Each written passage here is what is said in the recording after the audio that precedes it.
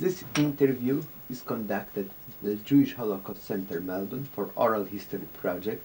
Philip Meisel is interviewing Mrs. Celina Rose on the 25th of June 1998. Thanks very much, Celina, for coming here. And could I ask you the basic question? Where and when were you born? I was born in the Krakow ghetto on the 6th of June 1942. I was born in the Jewish hospital in Josephinska ulica at the time of great stress and difficulty then. The name of your parents? My mother's name was Zofia Buchsbaum, Buchsbaum, and my father's name was Max Buchsbaum, but he was known as Rishek. A lot of Jewish people made their names sound more Polish because it saved a lot of difficulties in dealing with the bureaucracy. And he was a bookkeeper and had a lot to do with non-Jewish clients, so he was known as Rishek. Mm-hmm. Do you still remember your grandparents? Yes, my grandmother had a very profound influence on my life. If I could go back to the very beginning perhaps and tell you something about my great-grandparents and my grandparents coming up to the time that I was born. I think that my family lived in Poland for many generations. I'm not really sure how long. My maternal great-grandmother, I don't know her first name, but her second name was Scharfherz, and she had 7 children, and her husband was a Talmudic scholar, and he spent his time in the synagogue studying religion, and she looked after the welfare of her 7 children. But he died at a very early age, leaving her a widow with so many children, and she struggled through her life. But do you remember the names? I don't know their names, no, unfortunately. Thanks. Not. My mother tells me that this is her grandmother, my great-grandmother, was just as learned in the Torah as her husband, and she was very respected, but she fell into great poverty as time went on. My grandfather, Chaim Yoel Scharfherz, was one of her sons, and he rejected the religious life. He felt that it limited his possibilities and it didn't appeal to him, so he became quite a secular Jew, which was quite a disappointment to his mother. My grandfather was a milliner, as all my aunts and uncles were. It seemed to be a family trade. And my mother tells me stories of when he was conscripted into the army of Kaiser Franz Joseph, and apparently some incident took place where he struck an officer, which was a death penalty charge, of course. So my grandfather then had to run away and hide himself. And my mother tells me stories of going with my grandmother to his hiding place to supply him with food and with various necessities of life until such time as it was safe for him to return to his family. My mother says of her father, my grandfather, that he was a very gentle, very kind, very loving man. All my aunts and uncles, his children, have always spoken very well of him. He never struck them and he never shouted at them. He was always very gentle and kind. However, he had one problem, and he had a gambling addiction, and he loved to play cards. And that made life very, very difficult for my grandmother, whose name was Mariam Payam Penna. Now, his name was Shafhetz, her name was Penna, because Jewish people of that time didn't bother to get a civil marriage. They only married according to Jewish rites. So all the children are named Penna. And my grandmother had, now my mother said she had 12 children. My youngest aunt said she had 9 children.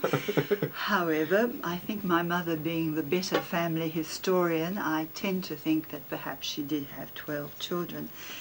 And my mother used to joke that they were quite an impoverished family, and they tended to live more or less in the one room.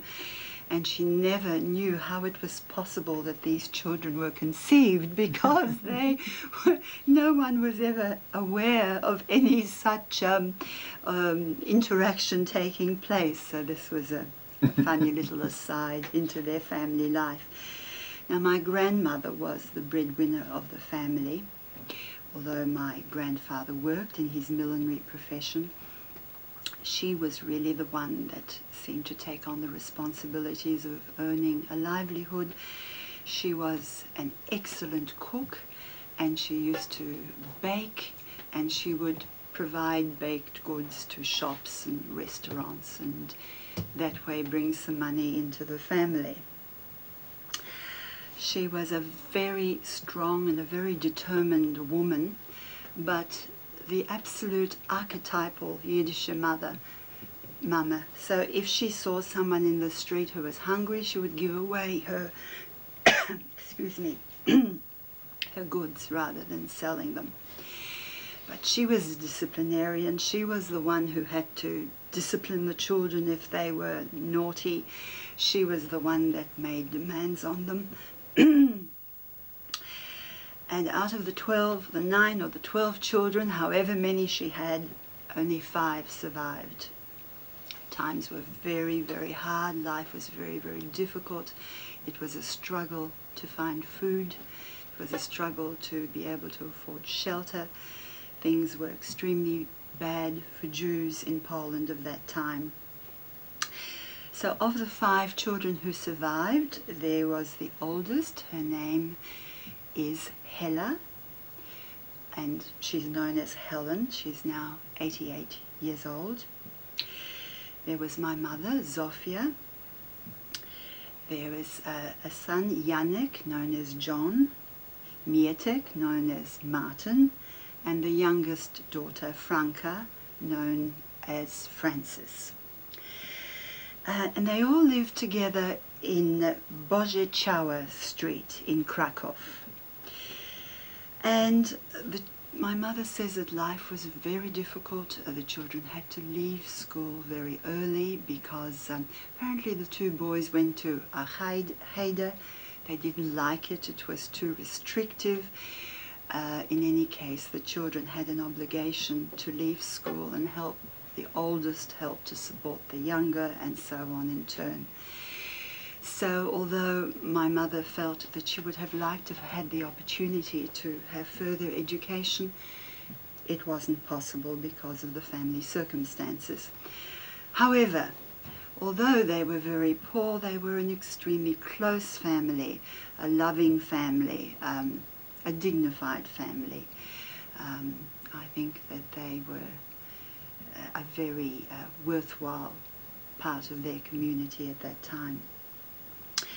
My mother tells me that life for her was very difficult in Poland. There was a restriction on the sort of work that Jews could have. There was a restriction on studies. They were very much aware of the general hatred of the population, and so Jews at that time kept together in their communities and just had to do with each other rather than with the general population. So my mother was a milliner, my aunts were milliners, my uncles were milliners, and my grandfather was a milliner. And in 1940, my mother, well, my mother met my father, but they were courting for many years because he had a widowed mother who was an invalid and a widowed aunt, and they lived with him, and he was a very dutiful son, and he supported his mother and his aunt. They didn't really want him to get married and have split obligations. So they had quite a long courtship, and then finally in 1940 they married. And of course that was already the time when great curtailment of liberty was evident, and Jews were not allowed to congregate. So to go to the Hasana, my mother had to go separately, my father had to go separately, all the guests had to go separately, so no one was aware that they were congregating, as this was forbidden. And after the wedding, they each had to go to their own separate family homes. So altogether my mother and father were only married for 2 years and only lived together for a very, very short amount of that time. So, and as I said, my father's name was Max Richard Buchsbaum, and at the time of my birth in Krakow, in the ghetto of Krakow in 1942, when my father found that my mother was pregnant, he was very, very angry and very concerned for her welfare, as he felt that this was an extremely bad time to bring a child into the world. However, my mother, who was then living with my grandfather, my grandmother and her younger brothers and sisters, my grandfather pleaded with her that she shouldn't have an abortion, that she should have the baby, because he said, after all, a child is a child and you never know what will happen. So my father was very angry because he felt, well, he was the husband and my mother was heeding her father rather than his wishes. And it's quite ironic that I survived, of course, and my father did not. So perhaps there's a design there somewhere. So as I was born, as I said, in the Jewish hospital in Josephinska Street. And for a time I lived with my grandfather, my grandmother, my aunts and uncles. My mother worked in the ghetto. And one day there was I don't know what they call it. The Germans came and took a gathering. One time they would take men who were this age, another time they'd take professional men, another time whatever the whim, yes, transportation was at the time, and they came and took my grandfather away. My youngest aunt, Frances, was 18 years old at the time. She was 15 when the war broke out. She was 18 years old at this time, and she was a very spirited, determined, outgoing young girl. And she found out where my grandfather was being held, and she went to the place of his detention and she pleaded for them to allow my grandfather to be released. And she persuaded the German officer to let him go. But the Polish officer said no, no way. And that was the end of my grandfather, that he went in the transportation and that was it. And we don't really know where or when, but that was the last they saw of him. And then on the 4th of June 1942, which is 2 days before I was born, my father was taken in another transportation, and we have no record of where or what happened to him. So he disappeared 2 days before I was born.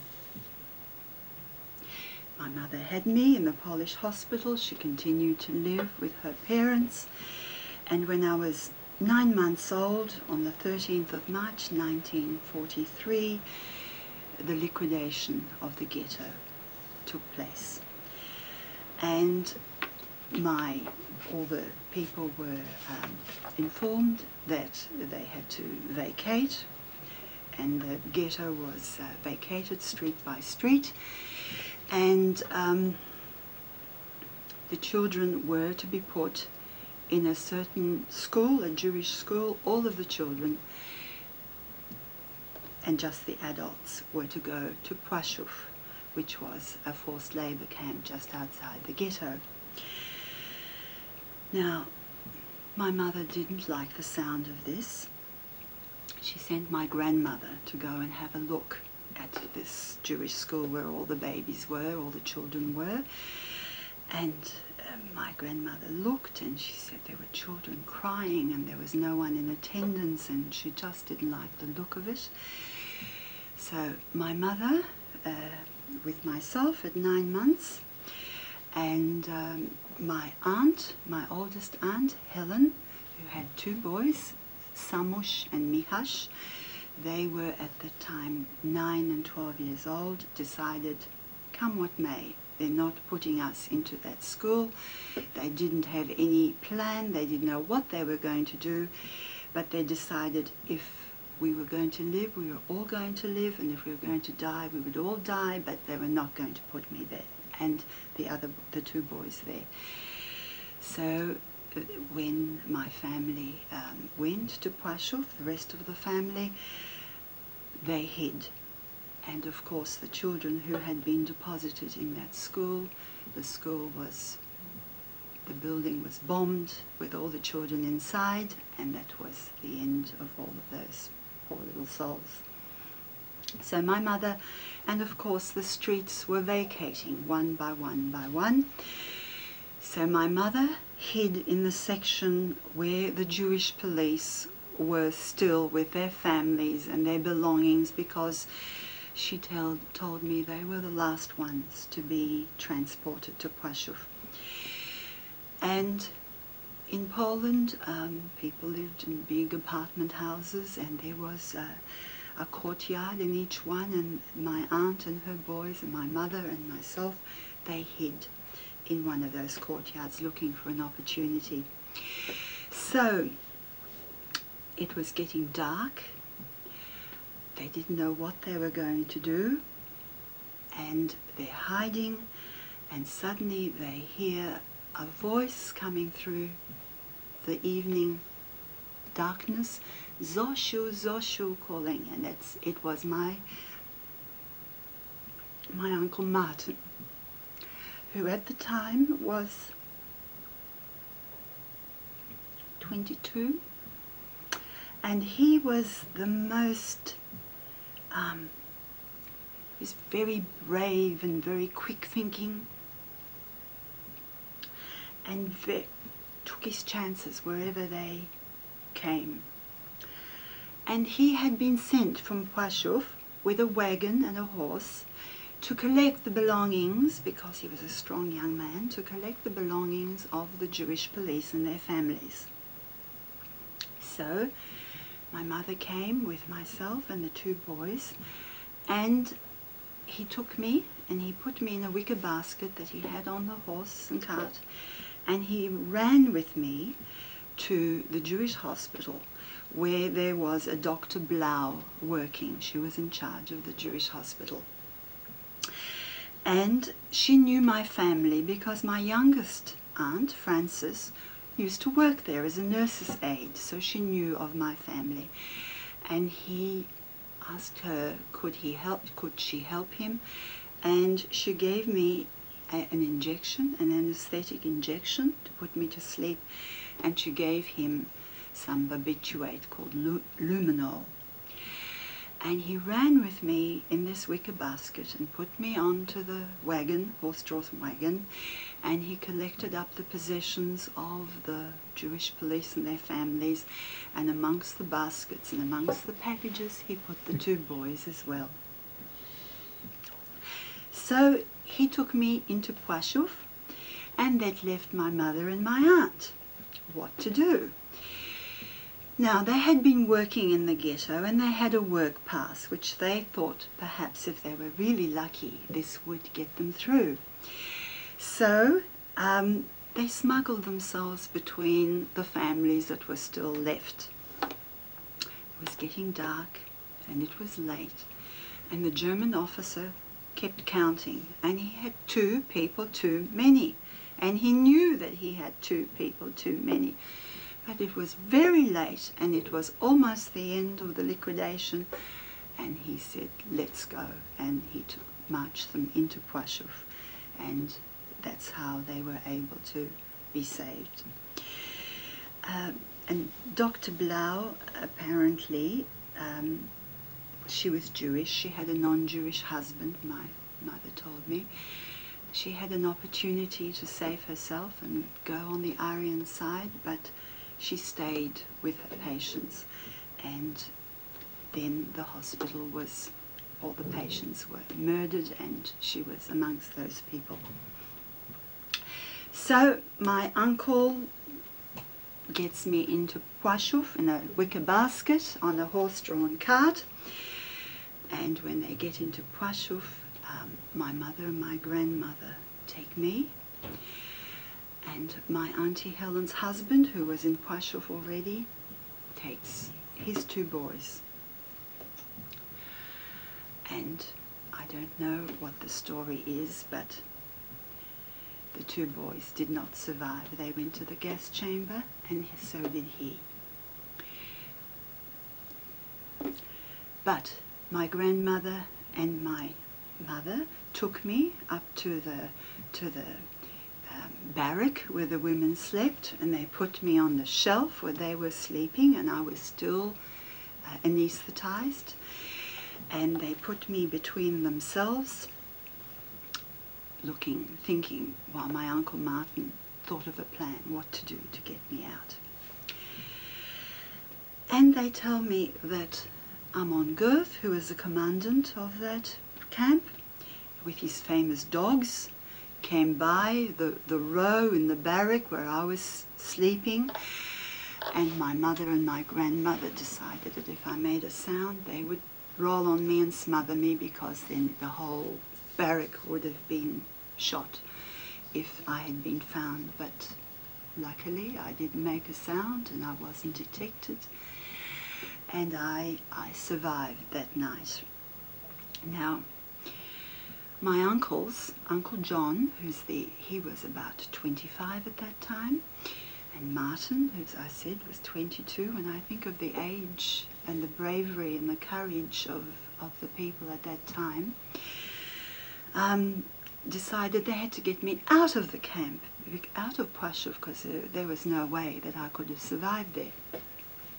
And they used to work in the ghetto, in Krakow. No, sorry, the ghetto didn't exist anymore. They used to work in Krakow in a clothing factory called the Herrensbekleidungsamt Werken, which was in Schlag, Ulica Schlag. That was run by the Wehrmacht, and the Wehrmacht were quite decent to the Jewish inmates.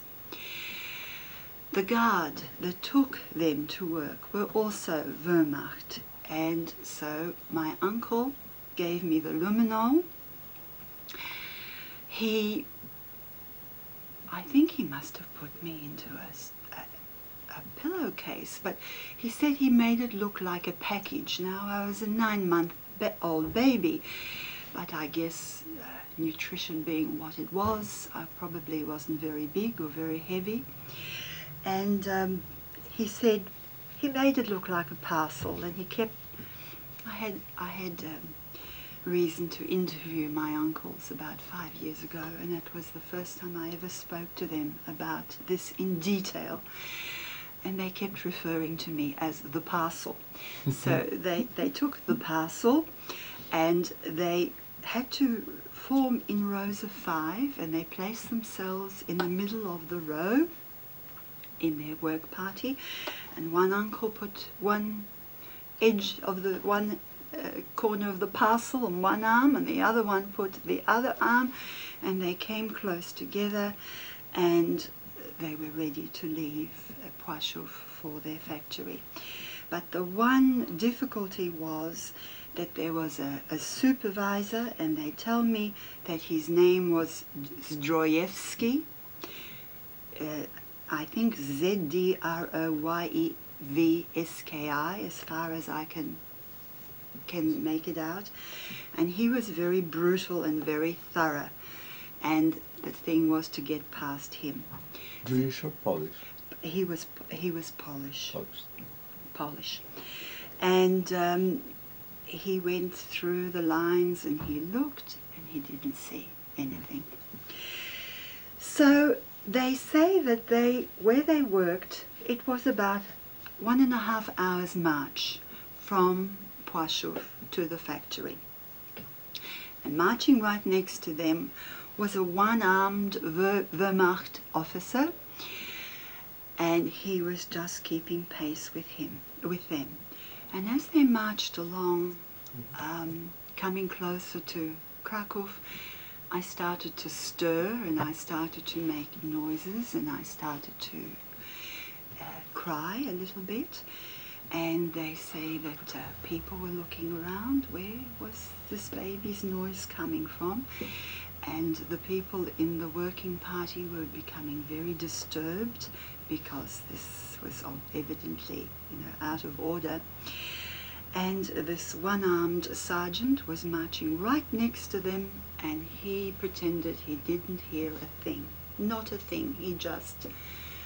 Nothing was happening as far as he was concerned.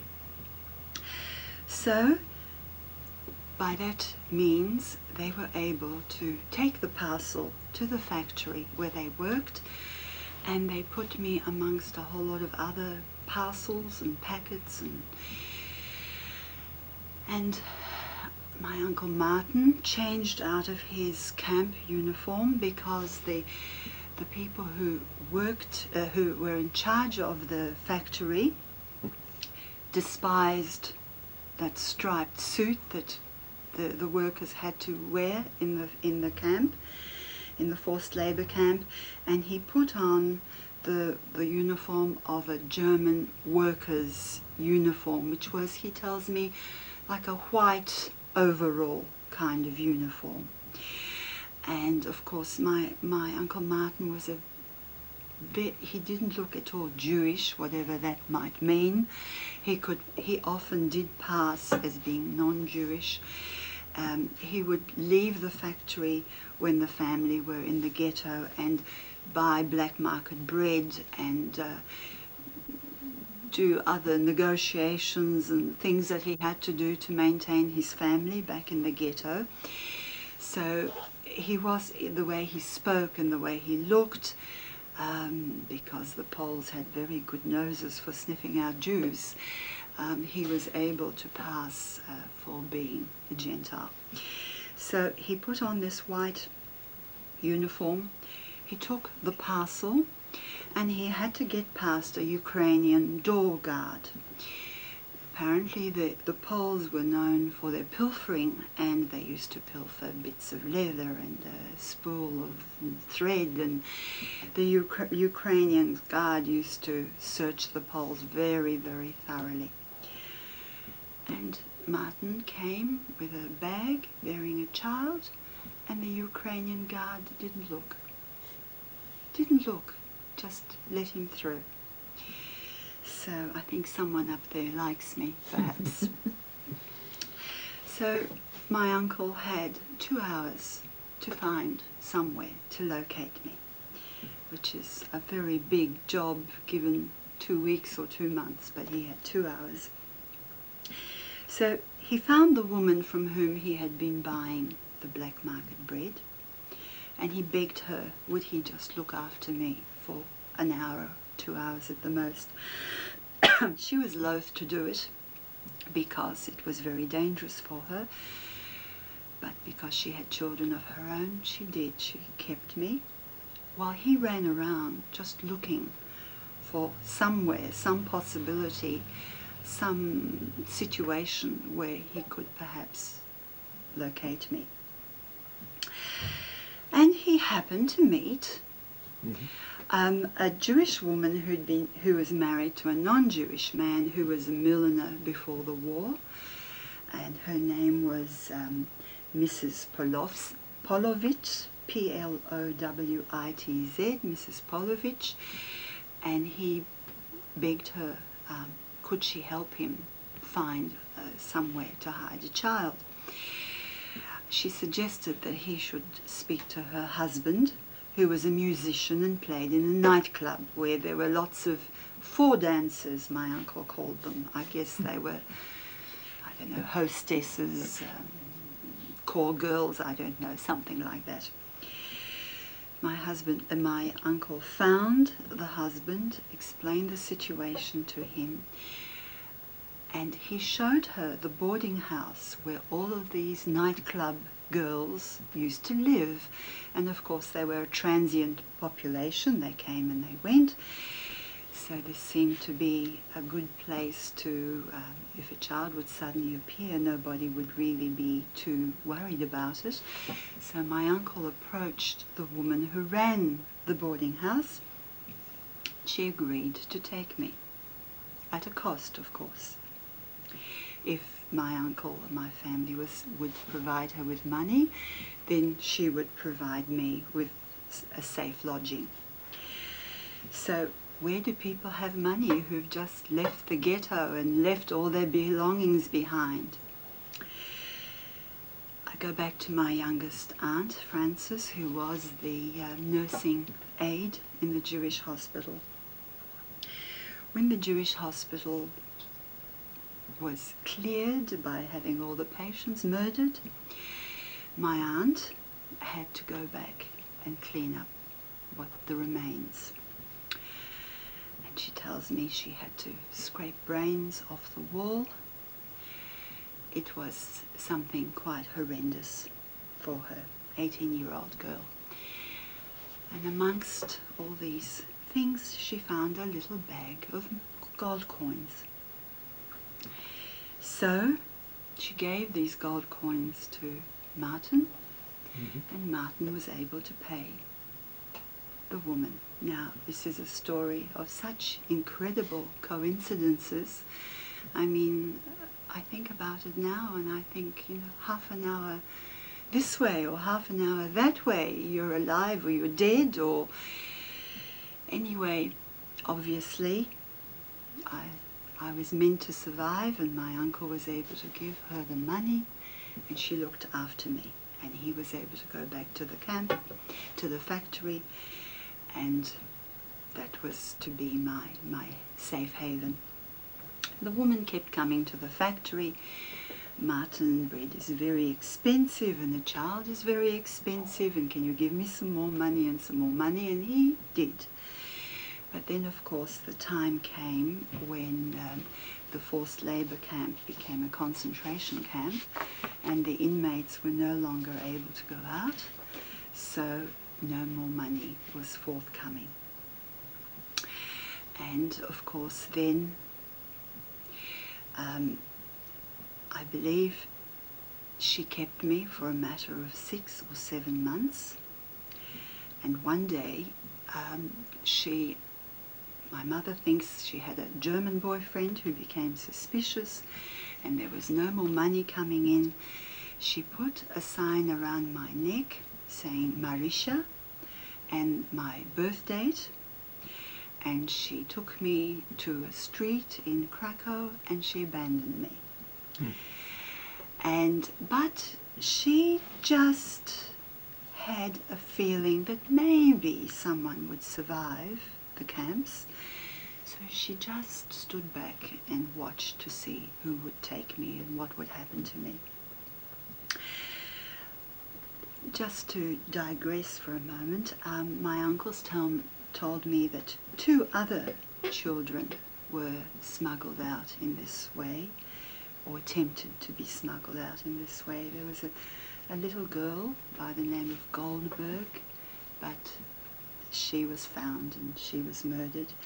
And after that there was a boy by the surname of Honig, and also he did not survive. So there I am, I'm on a street, and it just happens again that in this street there is a Polish couple by the name of Karol and Maria Żmuda, who are childless.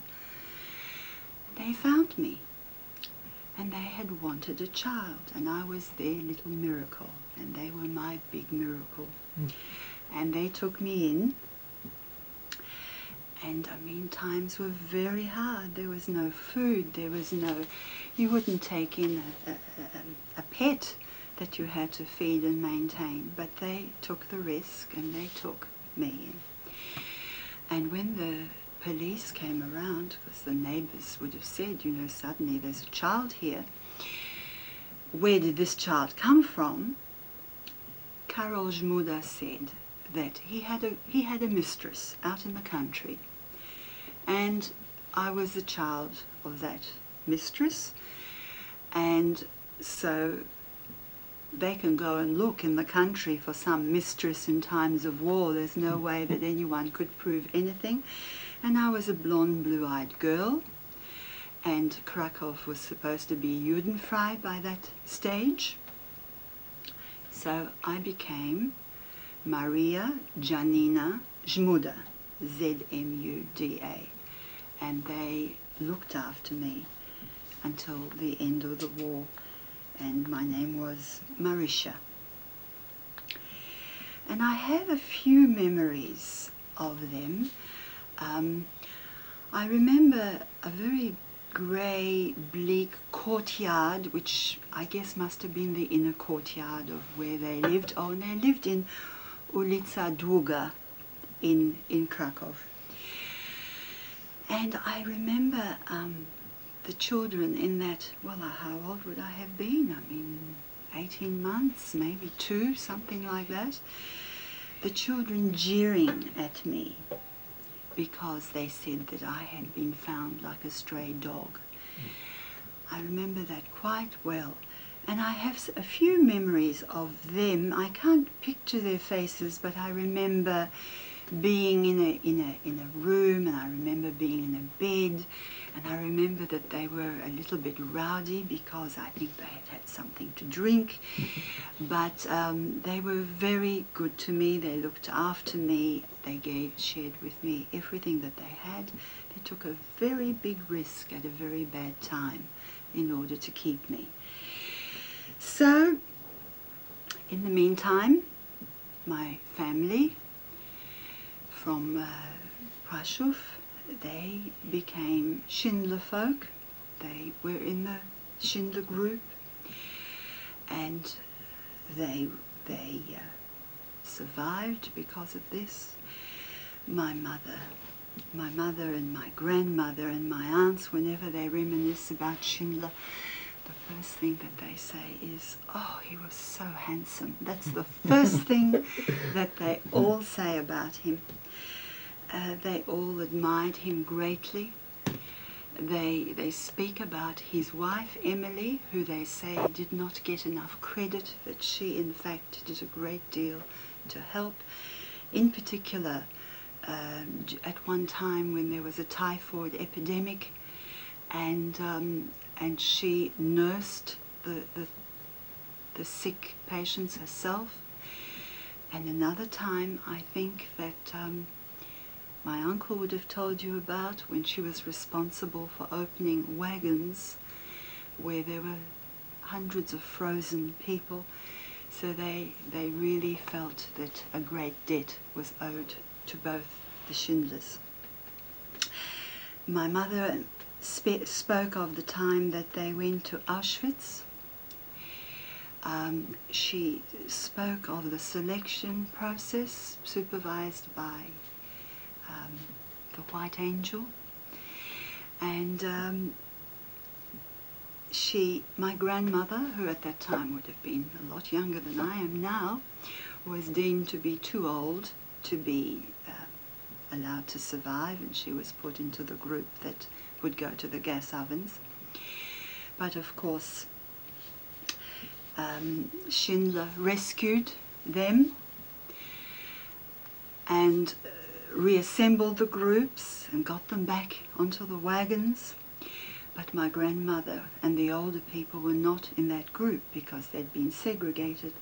So once again my younger aunt, Frances, spoke up, and it was a time when you didn't speak up, you didn't say anything, that this was not the whole group, that there were people missing from the group, and so that way Schindler was instrumental in getting my grandmother and all the other people, the older so-called people, and that way she was saved as well, and they all went to Brinitz, where they survived the war. So because of Oskar Schindler, my grandmother survived, my mother survived, my 3 aunts and 2 uncles all survived, and I think thanks to him I survived, because while I had been with the Zmudas, I had developed, I don't know, perhaps not full-blown TB, but certainly a spot on my lung because of the deprivations of the time. And had my mother not come back from the camps, I would either have died of TB perhaps, or I would be a Polish housewife somewhere in Poland today. So I think we all owe a great debt of gratitude to him. So my mother came back after the war. She was determined that I was alive. My family all thought that she was really a little bit crazy on the topic because so many children had died. Why would I be alive? And she went back to Krakow and she found the woman who had run the boarding house. She was still there, and the woman who had run the boarding house showed my mother where the Zmudas lived. My mother made herself known to them. Now, Karol Zmuda was in Dachau at the time because he was a communist, and the communists were interned at Dachau. So his wife couldn't take the responsibility of giving up a child while her husband was away. So she said, well, you have to wait till my husband comes back. Which my mother did, and he came back from Dachau and he was in a terrible state of health, a very, very bad condition. But he said to her that because he understood what it was like to be a concentration camp survivor, he would consider giving me back to my mother if she could compensate them. And they were really in a very, very bad state. So my mother agreed, and people have often said to me, well, how did she know you were the right person? And well, later when I show you the photographs, I think you can't deny who I am, because I look very much like both of my parents. So she was quite, she knew that she had the right person. So I went from being a little Polish Catholic girl. At this age I was 2 years and 11 months old. I'd been trained, if I saw a nun, to kiss her hand and do the same for priests. I went from being a Catholic girl to being a Jewish girl. I went from having one family, one mother, to having a different family and another mother. But I must also tell you that really, at that time, that was the day that my childhood finished. And I have memories of the transition. I remember particularly, we lived in Wrocław at the time, and I remember my mother taking me to a synagogue because it was Yom Kippur, and it was a very dark, decrepit synagogue, very old, and the stairs creaked when we went up, filled with Yortzeit candles, and people were crying and weeping. And I said to my mother, I don't think I like being a Jewish girl. Everybody's crying here. I don't like it. I like it much better to be a Catholic girl where they have music and they have singing. And then I remember that synagogue some little while later, being so old and decrepit, the staircase caved in, and people were trampled in the rush to get out, and it was indeed a very sad place. So my mother reclaimed me, and we lived in Wrocław, and that was the beginning of the next phase of my life. I'll just have a little drink of water now.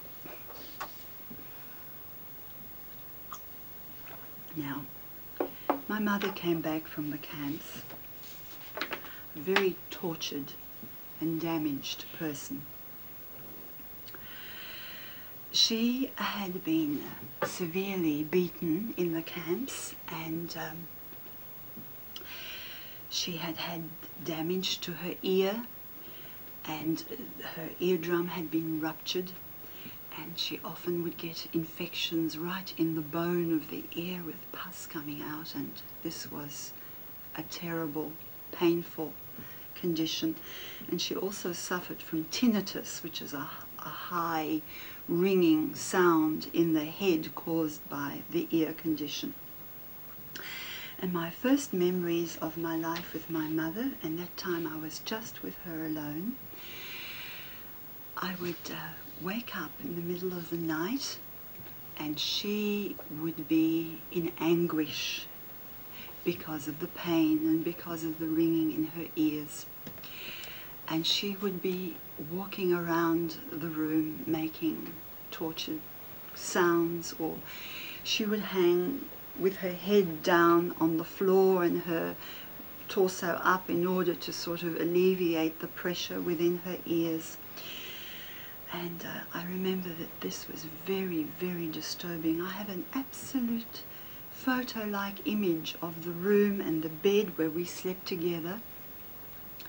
I remember the bed head and where the bed was. So, because my mother was so disturbed, it was very difficult because I didn't know her at all. And one day my mother said to me, "You know, this is so unbearable. I don't think that I can keep living with this pain in my head and this torture. I think I'm going to have to kill myself, but I'll have to kill you first." So, and I remember that she put her hands around my neck and showed me how she would strangle me. And after that, I was afraid to sleep for quite a long time. Finally, I said to my mother, "Would you really kill me?" And she said, "No, of course not. I was just joking." But the uncertainty and the fear and the lack of confidence for a child of 3 or more is, one doesn't understand such subtleties at that time. So, I began to learn that life with my mother was very, very unpredictable. And this is a very difficult thing for a child, because you never know what is good one day is bad another day. What is acceptable in one circumstance is not acceptable in another circumstance. So this creates a lot of insecurity and a lot of anxiety. And my mother was unable really to maintain a sense of proportion as to what was suitable and what was not suitable. I sort of filled a role in her life of like her life's companion, and it was my role to take the overflow of her emotions. She would pour her emotions into me. it was my duty to listen and to absorb her sorrows. My mother eventually went to hospital to have her ear fixed. My Uncle John came to get me, and he took me to where the rest of my family were in Wrocław, and I met my grandmother, my aunts and uncles. Now, I think any shred of sanity that I may possess, I can really attribute to my grandmother, who, as I said, was the mother of many children. She gave me complete, unqualified love. She was my friend and my ally, because we would both be the recipients of my mother's emotion, because we always lived together. My Uncle Martin, my mother, my grandmother and I, we lived together. She thought, I remember wonderful afternoons on the Saturday afternoon when my grandmother, who had been, after all, through the Holocaust herself, had lost, her husband had been murdered, her grandchildren had been murdered, her sons-in-law had been murdered, and who was still a whole person. And this is something that's very interesting to me, how families can go through these circumstances and different individuals react differently. It's quite a mystery of human nature. She used to go have a sleep on a Saturday afternoon. I guess her stresses and tensions were expressed in terrible headaches, and she was addicted to, I think must have been aspirin. It was called kogutki. And she used to swallow these copiously and go and lie down on a Saturday afternoon, and she would sing Yiddish songs to me, and I would sit next to her bed and listen, and it was for me a very lovely experience. And I remember at one time she stood in a queue for hours to buy me an orange. Now, oranges were unknown things in Poland, but somehow some consignment had come through, and she stood in a queue, and she got me the orange, but it was several months before my birthday. This was to be my birthday present. So she put it in a drawer, and of course when my birthday came around, the orange was dry. But it was a very treasured present nonetheless. And she was renowned for her hospitality. Whenever you could go to visit her any time of the day and night, and she would be up and she would feed you and she would make you feel welcome. And she was a very brave and a really wonderful woman. And then of course there was Martin, who had saved my life. And he lived with us, so he thought I was pretty special. And next door lived John and his wife, and he'd been instrumental in saving my life also. And not far away lived Frances and her husband Louis, and she had also played a part. So I don't think that I was ever a child. I think I was just a very short adult, always, from the time that I changed families. And I was part of that family, and they treated me just like one of them, and I was privy to all their secrets and all the whatever it was that went on in the family, and I felt very loved and accepted by them. Now, I remember Wrocław as being a very grey, very depressing place with rows and rows of burnt out ruins. We lived in an apartment house. I think on the first or the second floor we had a balcony that looked out on just bricks and ruins and bombed out buildings. I remember that in the courtyard of the building there were rubbish bins and there were rats everywhere, and of course because of the bombed buildings there were rats everywhere. So it really was a very grey, depressing place. And I remember one day riding in a tram with my mother past a rubbish tip where they were burning the rubbish. And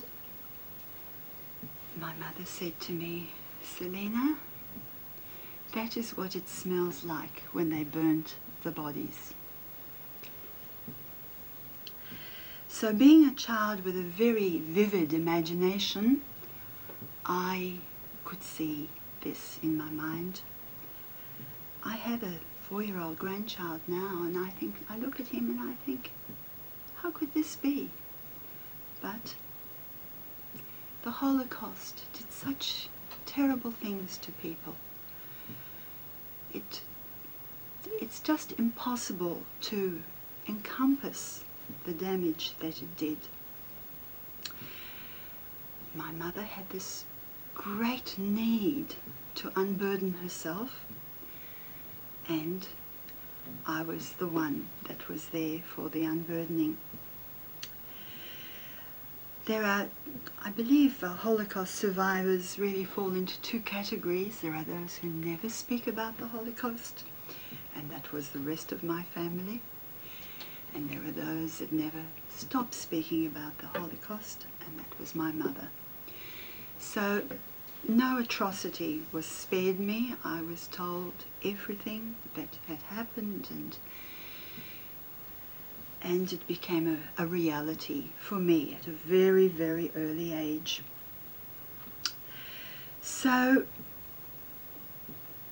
it also seemed to be my role in life that my mother felt that it was my job to make up for all her disappointments. I somehow seemed to be responsible for my mother, and right throughout our relationship I felt that I was the mother and she was the child. And these are feelings I had not just now because I'm thinking about this now as an adult. I had known this from a very, very young age. So it became quite evident to me at a very early age that my mother found me a great disappointment, because obviously I could not fill this bottomless pit of need that she had.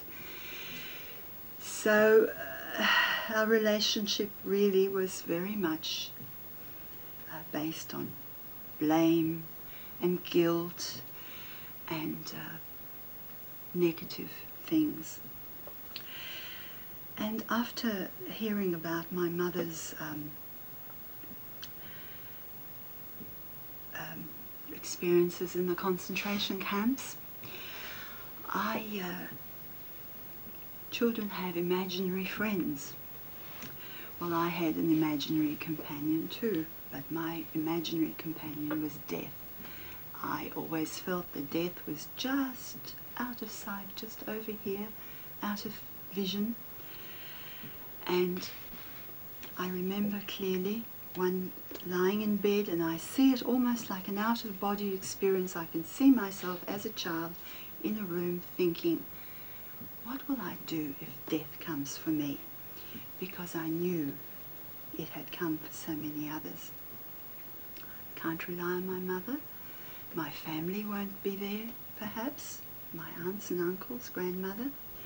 So I decided I had to make a plan to save myself. So I decided I would make myself extremely likable. And if I was really likable, I could perhaps talk my way out of this situation. So I became very skilled with dealing with people. But of course it costs you a lot. It's not something that you do without cost. And I felt that really death was looking over my shoulder for quite a long time, until one day I understood about Israel. And I thought, well, now I don't have to be afraid, because there's somewhere I can go. So we went along in this manner.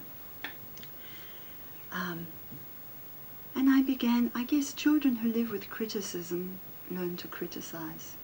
And I started to look at my mother fairly objectively now. This is something that I did as a very small child. So I began to form my character, and I had a very good role model in my grandmother, of course. I'm not taking all the credit, making myself out to be a hero.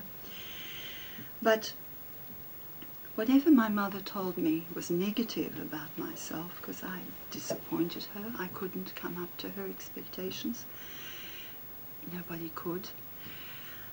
I decided, no, this wasn't true. There was some little spark of personal integrity there that says, no, that's not true, and I'll show you that it's not true. So, if my mother was when my mother was an emotional volcano, I had to become very calm. Where my mother's life was chaotic, I had to be very organized. Where my mother was unpredictable, I had to be very reliable. Where my mother caused hurt, I had to be very sensitive. So, and above all, there seemed to be, I felt, that there was a competition between my mother and myself to gain the upper hand in some way. My mother used her tears, which I felt, the poor woman had a lot to cry about, there's no doubt about it. But I felt manipulated by her tears, and when she would cry, then it would be my duty to make it better, and of course I couldn't make it better. There was no way that I could make it better. So I had the feeling that my mother wanted me to cry. And I was determined that I would not cry. So I was a child who didn't cry, and I had to be very, very aware not to show any weakness around my mother, because I felt that would leave me unprotected, and then things would go very badly for me. So that's the negative side of what happened, but it wasn't all negative, because I don't know why, but I grew to be strong. I grew to be resilient, and I grew to be resourceful, and I had a very, very rich inner life, and I grew to love literature, which really for many ways was my only escape. All qualities that have seen me through my life. So we continued in Poland. The Russians were becoming more and more pervasive. The Iron Curtain was coming down. My family could see that things were going to be very, very bad in Poland. They decided to emigrate. They had to leave as stateless people.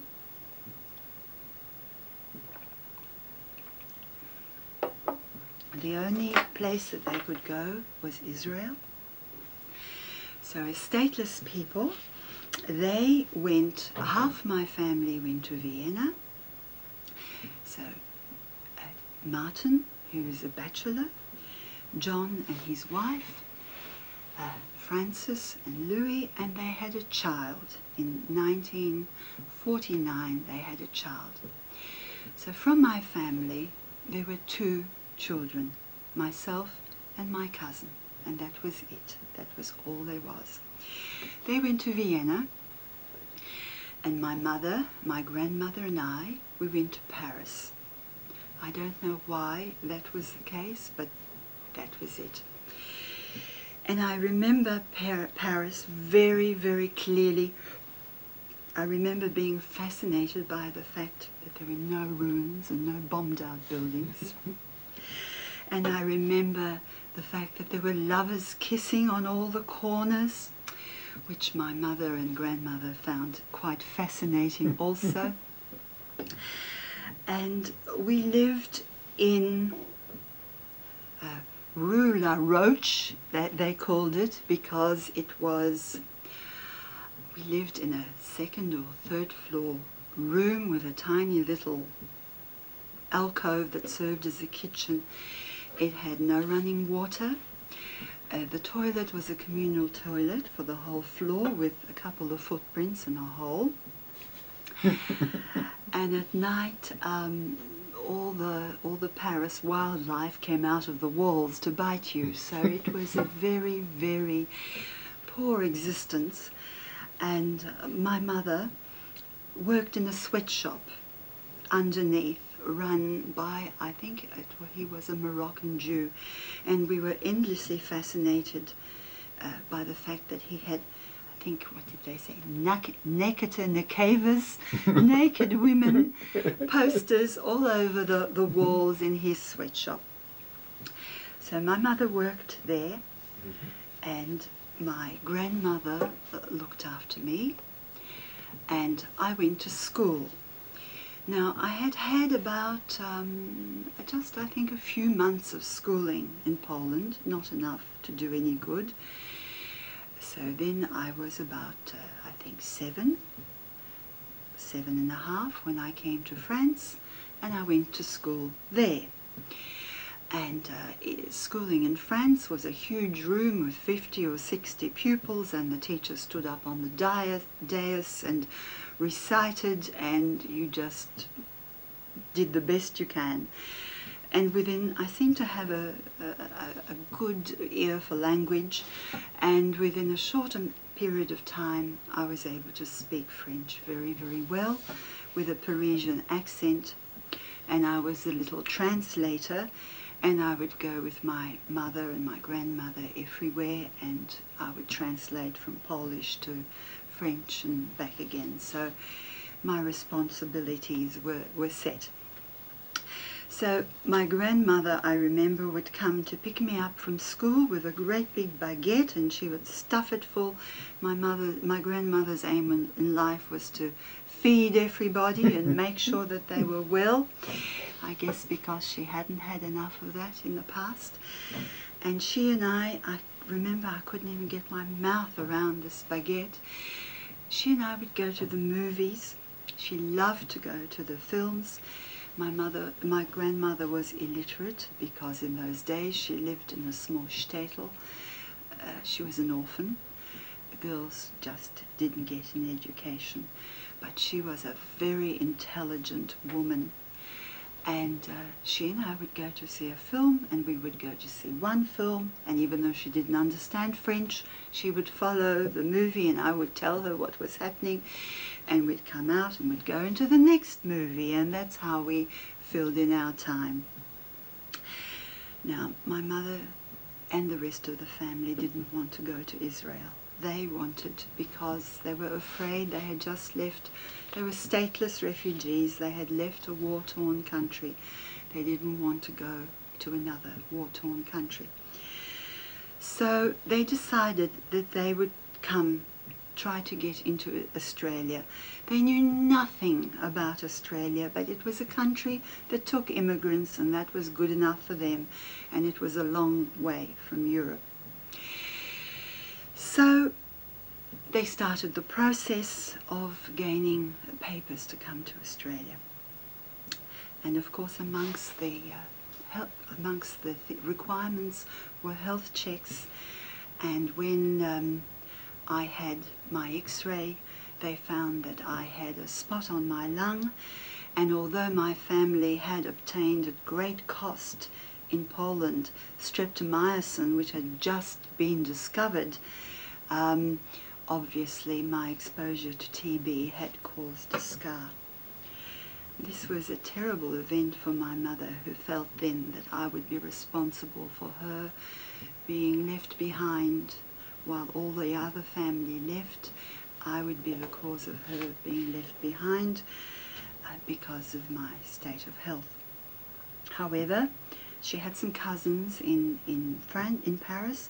They suggested that if I was nurtured properly, and they suggested bleeding horse meat and gallons of milk poured down my throat, perhaps the effects would be remedied. So for quite a number of months, as I ate, and the next time they did an X-ray, I was passed, and we were able to gain papers and permission to come to Australia. In the meantime, my uncle Martin, who had been in Vienna, made his way to Paris. I don't really know why. I don't remember, for with no papers whatsoever. And I remember going with him from bureau to bureau to bureau, translating for him, and helping him to facilitate whatever it was he was trying to do. I don't really remember whether it was easier to come to Australia from France, and maybe that's why he had come, but eventually the French police caught up with him and gave him a severe beating and shipped him back to Vienna. So eventually, in 1951, we gained permission to come to Australia, my mother and my grandmother and I, and my mother packed big wicker baskets in which she put saucepans and feather quilts and pillows, because God alone knew what you could get in Australia. They just knew about the kangaroos, and maybe these things were not available in Australia. So it takes a lot of courage, I think, but I guess when you've got nothing to lose, you take your chance. So we got on a ship called the Sorrento, together with other people in our situation, and I remember that I had a wonderful trip to Australia, being a very precocious, nearly 9-year-old at that stage. The Italian crew just took to me wonderfully, and I was allowed to get freshly baked bread before it was available to everyone else, and I was allowed to go to the first class when nobody else was, and I had a very good time. I really enjoyed the voyage particularly. And we arrived in Australia just after my 9th birthday in June of 1951. And Martin had arrived here already, and he had obtained or rented a house in North Essendon, and I think we must have been the only Jewish family in North Essendon. Buller Road, North Essendon, but at that time there was something called key money that had to be produced, and they didn't have a lot of money, of course, and so this was a place where we could stay. So my mother, this was the pattern, my mother, my grandmother and I lived together. My mother felt demeaned in many ways because she had to live with her mother and her brother. She was a very attractive, beautiful woman, and she felt that her status as a woman depended on the status of her husband, which I suppose was a commonly held view in those times. And she felt that I think that she wanted to remarry and improve her conditions and improve her status, and she worked very, very hard. She went to work at Stratford Ellison as a machinist, doing what she called piss work, which everybody did in those times, and life was very disappointing for her. However, she felt that having a child was a great impediment to her ability to find a husband, because men didn't want to marry women who had children. But that's how life went on. The rest of the family came from Vienna, and they came and lived with us. We slept together. My mother, my grandmother and I slept together in one bed. We didn't find that a great difficulty. We just appreciated so much the fact that we could go to bed at night and wake up in the morning in the knowledge that we were safe, that there was a hope for the future here. And Martin very soon opened up a millinery factory of his own, and so several of my aunts went to work there.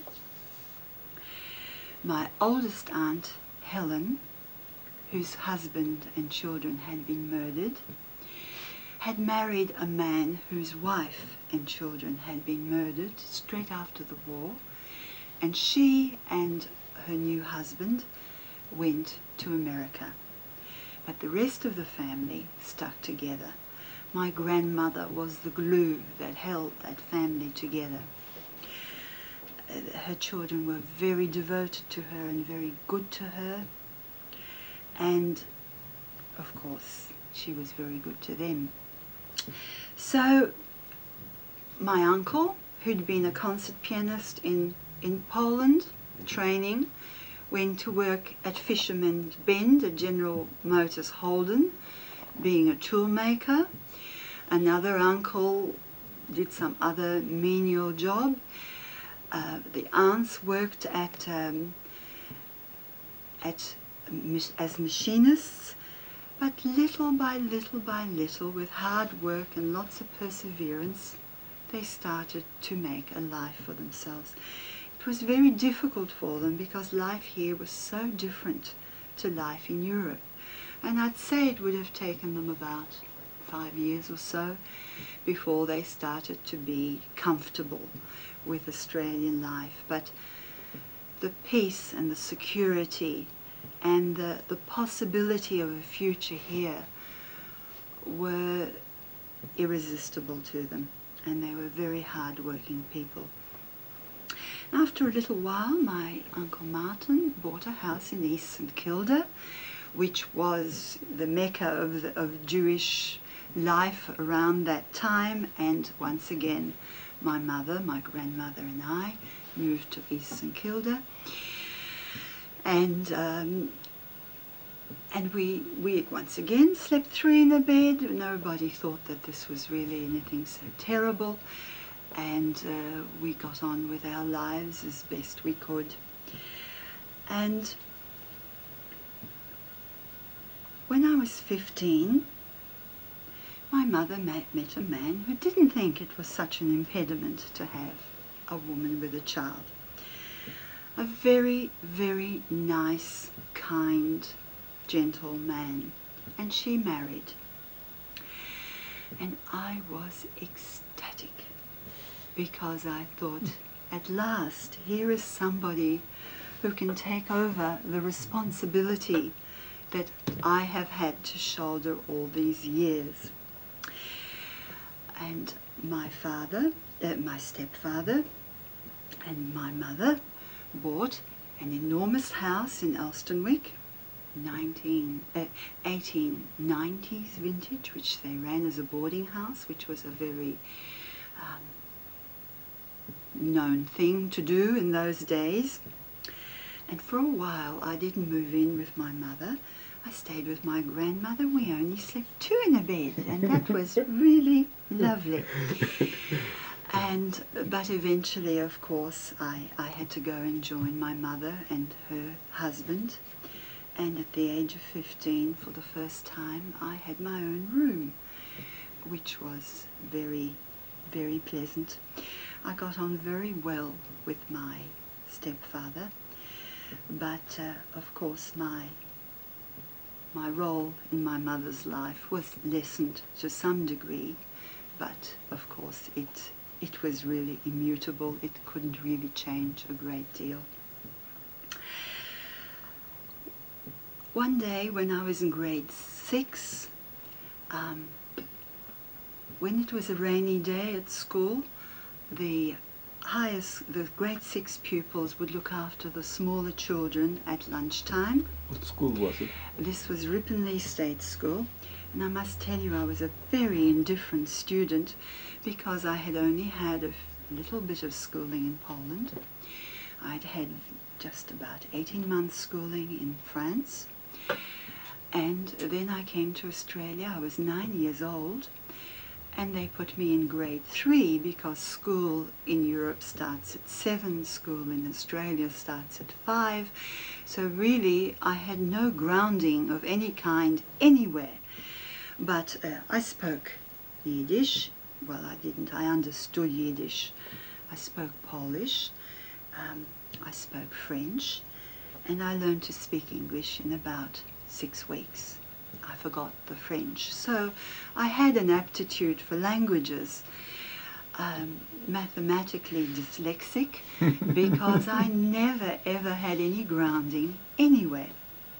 So one day I was left with the responsibility of looking after these small children. And I thought, this is what I'm good at. This is what it struck a chord in me. This is what is for me. This is what I enjoy. So I decided to become a teacher. And at that time, teachers were paid to train, and of course it was my duty and my obligation to help to support my mother. So I trained as a teacher, and I became a very good teacher. I feel that I was born to be a teacher. I seem to have some kind of special sympathetic accord with children. I seem to be able to bring out the best in them. I really treasured the individuality of each child and wanted to bring out in them their possibilities and show them their uniqueness. And I did this, I think, very well. I was a very successful teacher. For how long? Well, I taught for 3 years prior to my marriage, and then I taught for 15 years later in my life when my children were a little bit bigger. And I had the pleasure to train students and to really participate in my profession. I just felt like it was the most natural thing for me to do. And I taught in the area where I live, and even today I meet quite often some of my students. I taught grade 2 and grade 3, and they always say, do you remember we did this and we did that? And it gives me, it really was my passion as well as my profession. So that was an area in which I found mastery and I found satisfaction and I found pride. Then in 1964, I met and married my husband, Len Rose. And that was my great good fortune, because here was a man who accepted me just exactly as I was. No criticisms, no improvements, just as I was. And for the last 34 years, he has been my rock of Gibraltar. And I know that he's there for me.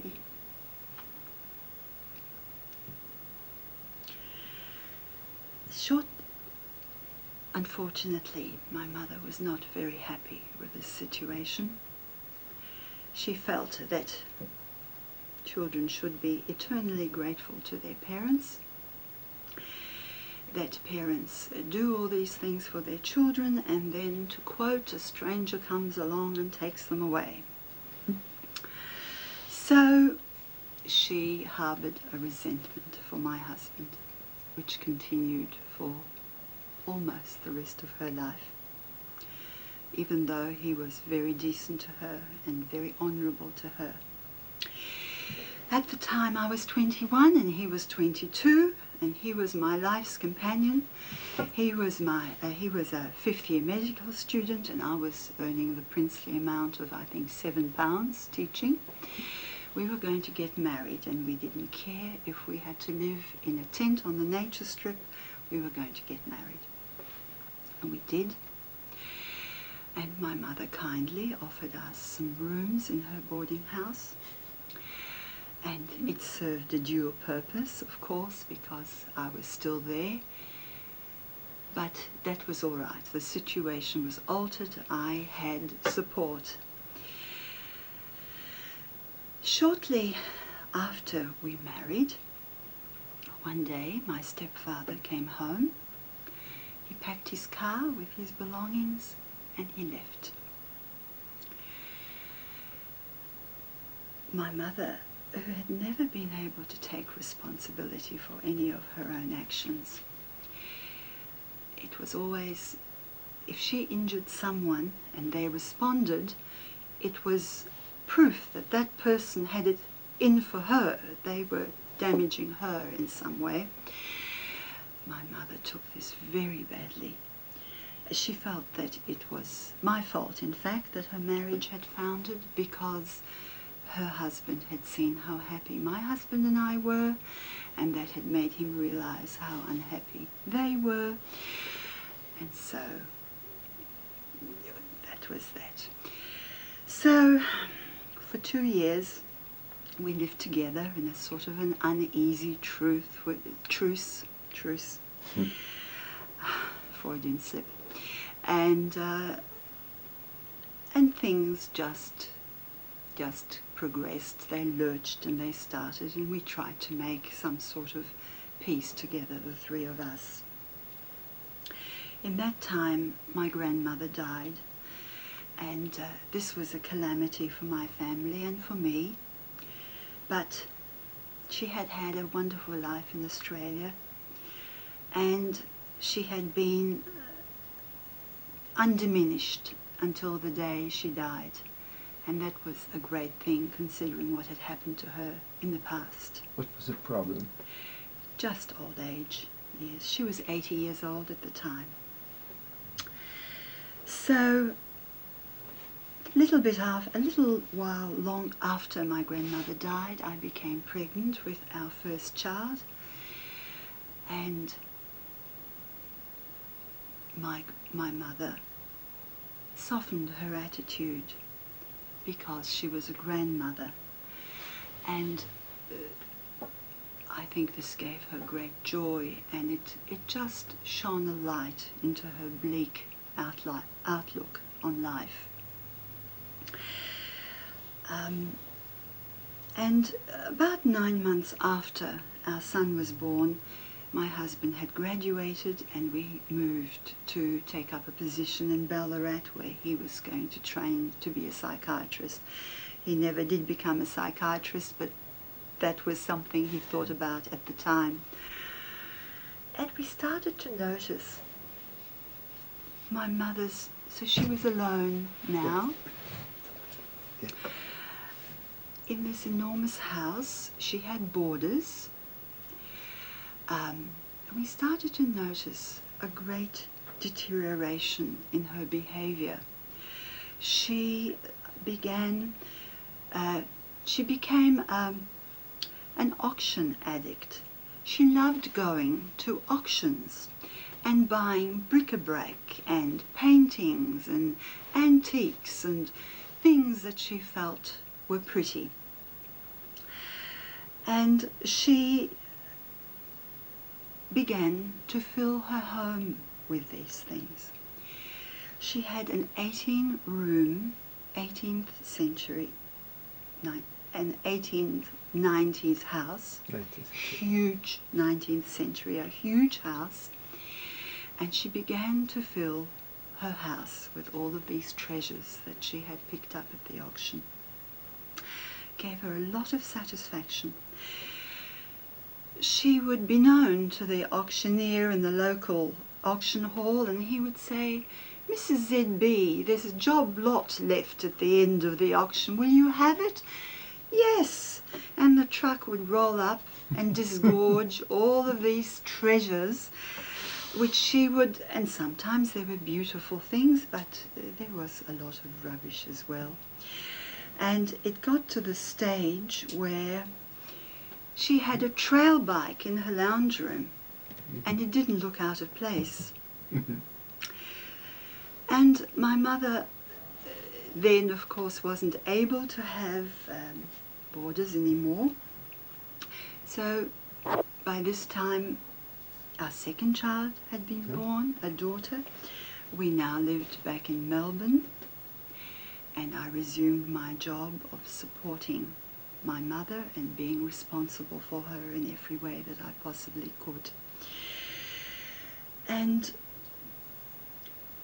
I would put ads into the Trading Post for her, and she would have clients come to the house, and she would sell them various things from her collection, and she really enjoyed that. But as time went on, she became more and more frightened of letting strangers into her house. She became more and more convinced that people were stealing from her, that people were taking advantage of her in many ways. After our marriage, she had fallen into a deep depression and had been put on antidepressants, which helped her a great deal. But around this time, she started to abuse her medication. There were locks on every door in her house. And although she gave me the keys to the front door, she put metal bars across the front door so that in fact I was never able to gain access. And if I rang my mother and she didn't answer the phone, I never knew what circumstance was occurring at the other end.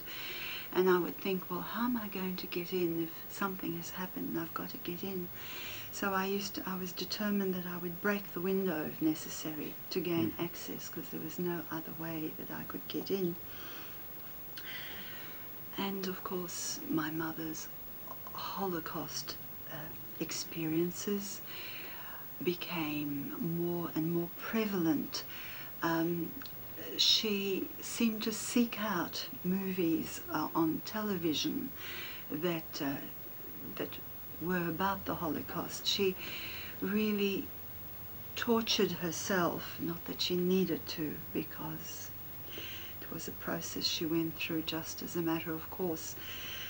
The Holocaust just intruded into her life more and more and more, and her periods of depression came closer and closer together.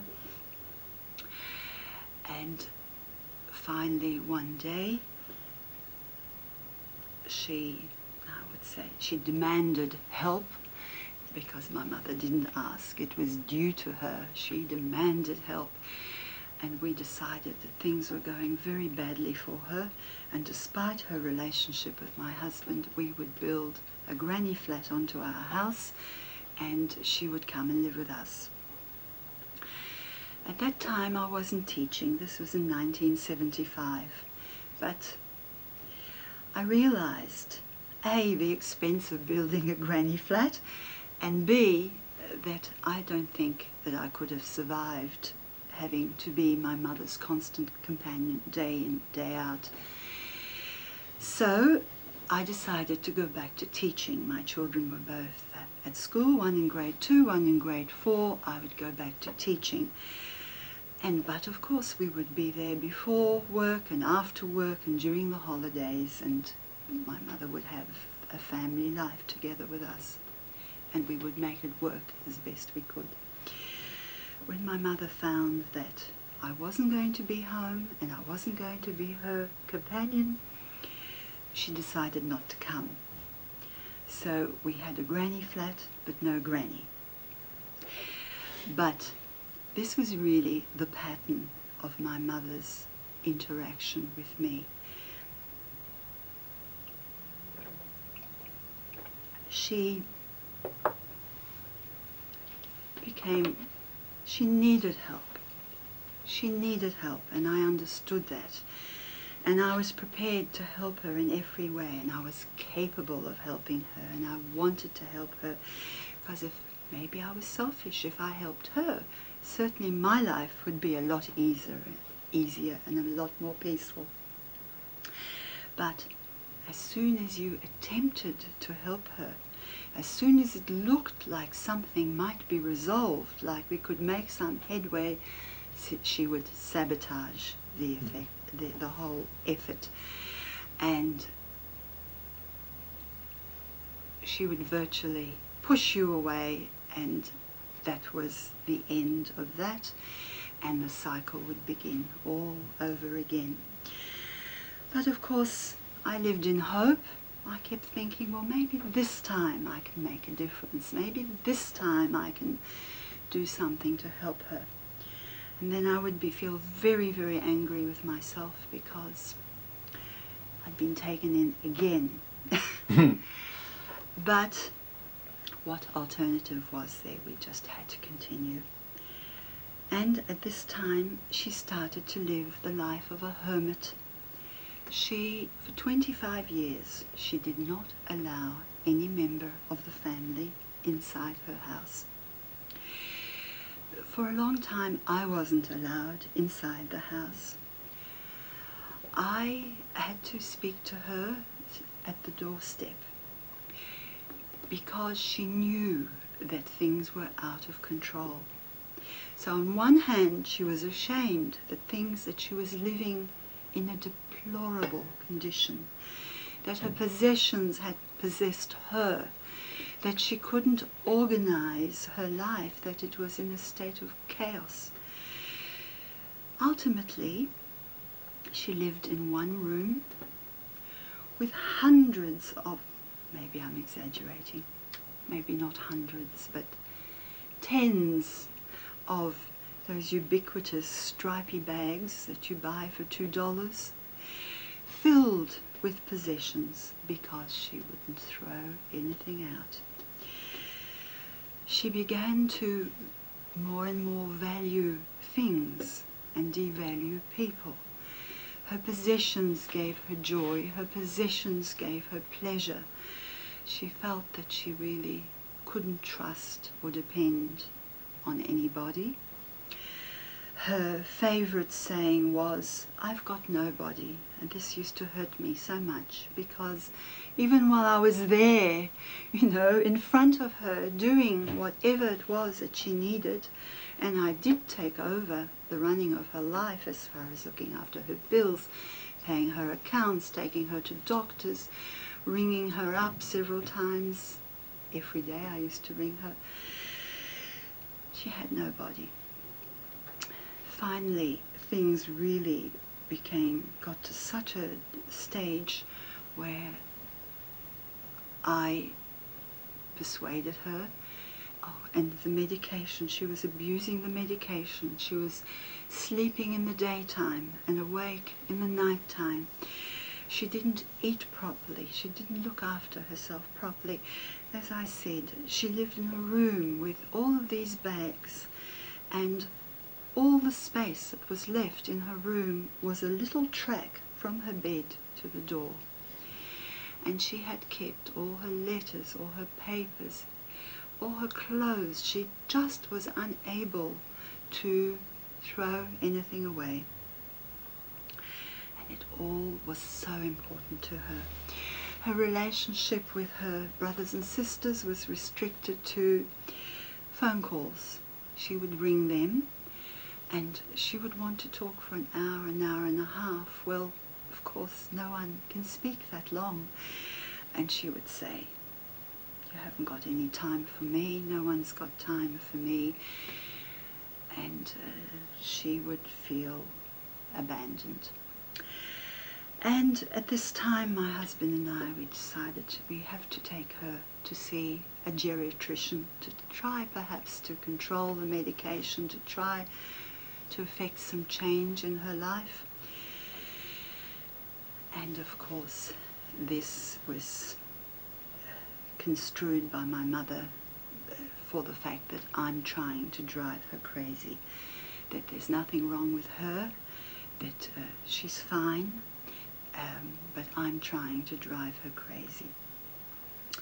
And of course, the pattern was set from my childhood. If I did anything that displeased my mother, she would tell my grandmother and my aunts and my uncles, and of course their opinion was very, very important to me. But I felt that my aunts and my uncles knew me. I was the only one looking after my mother. They were not, nor would I expect them to. So I felt that they understood the circumstances. So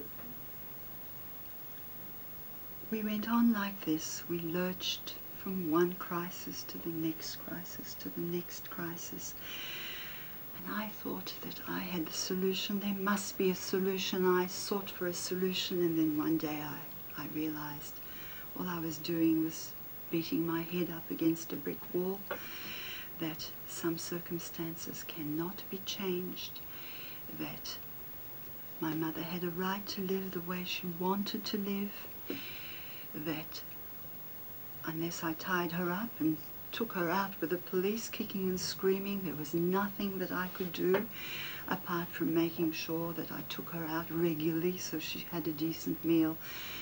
Finally, I ended up doing the shopping for her, bringing the food to her, because she got to the stage where she wouldn't even leave the house. One day, she became very ill, and I persuaded her to come to my house, as I always did. Whenever she was ill or had an operation, she would come to my home and I would look after her. And I noticed that her bag was extremely heavy.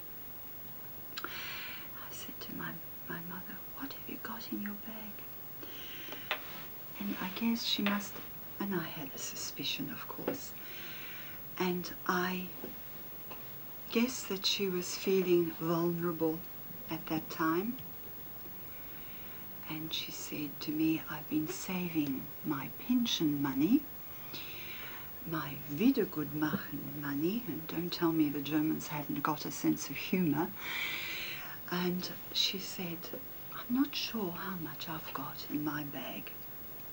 So I opened her bag, and wrapped in silver foil, so that if anyone looked in her bag, they would think it was blocks of chocolate, were tens of thousands of dollars. Because my mother didn't trust the banks, of course. And I suppose she remembered that sometimes you need money to make an escape. Mm-hmm. And by that time, I think she had fallen through a time warp back to the past, not being in the future.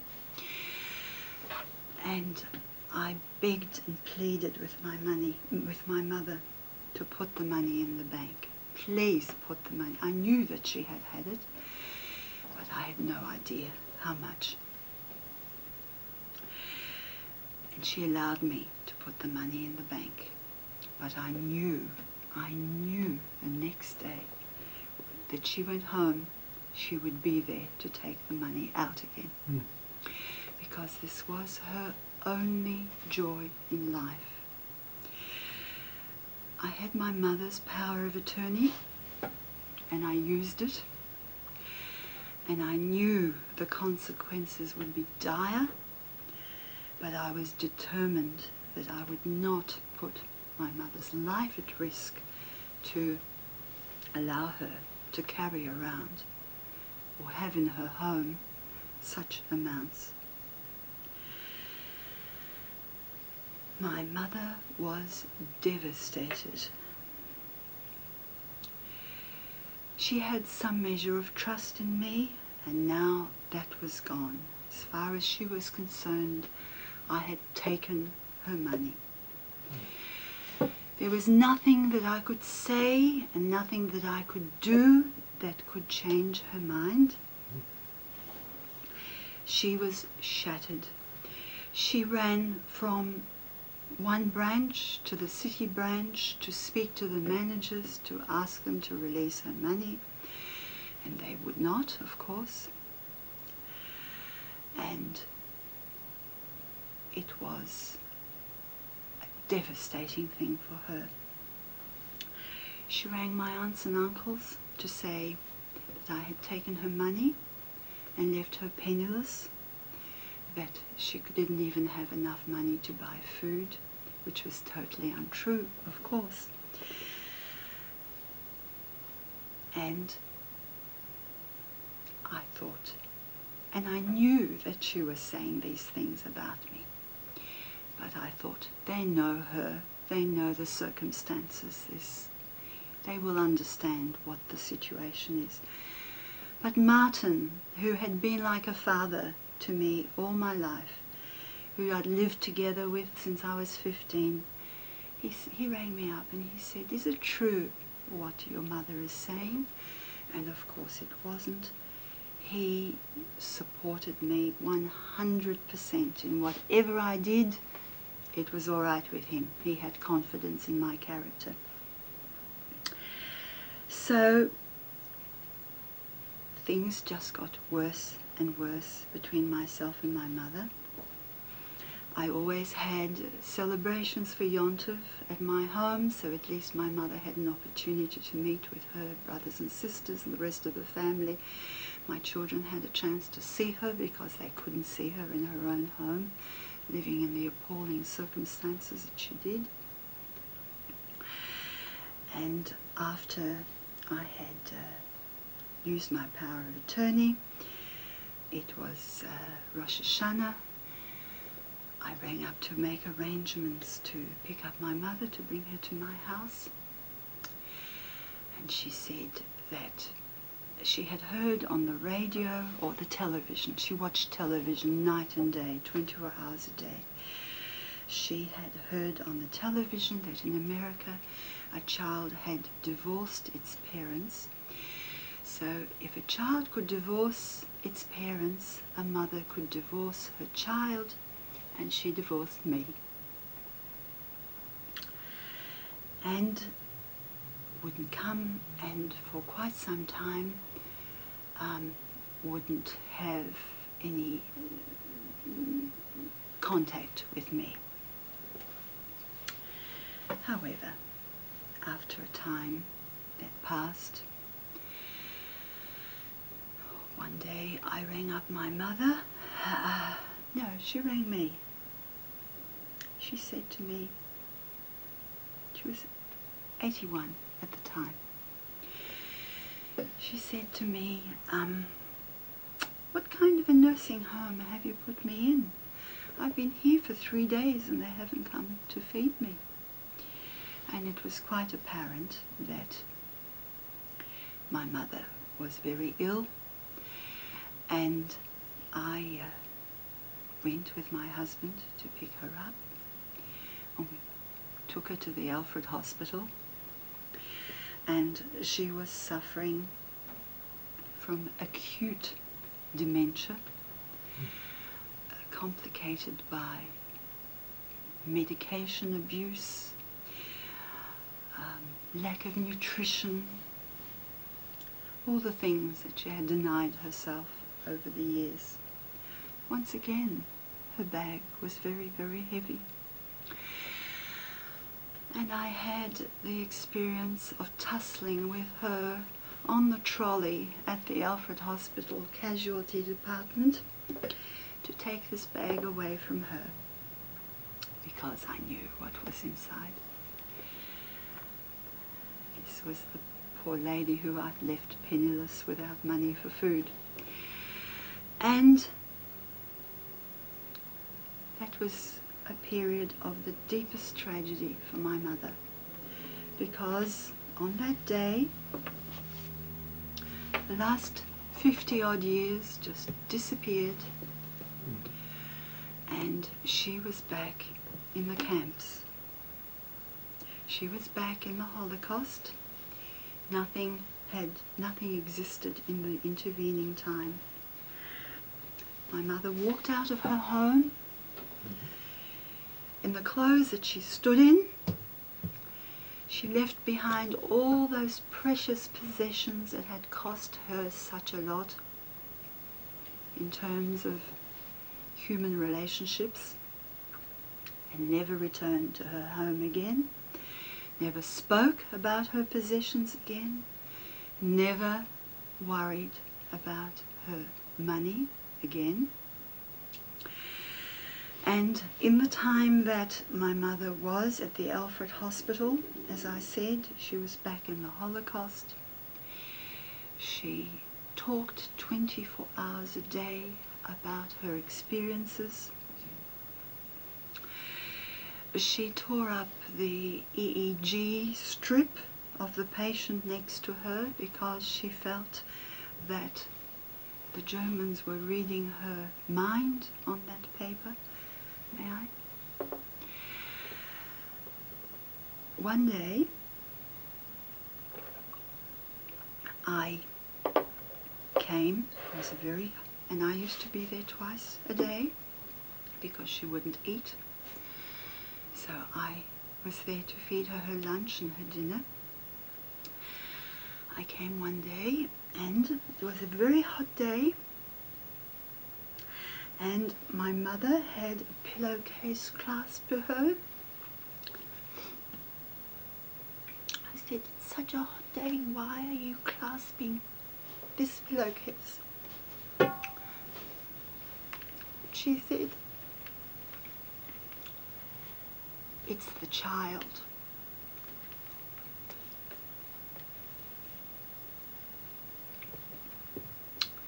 So,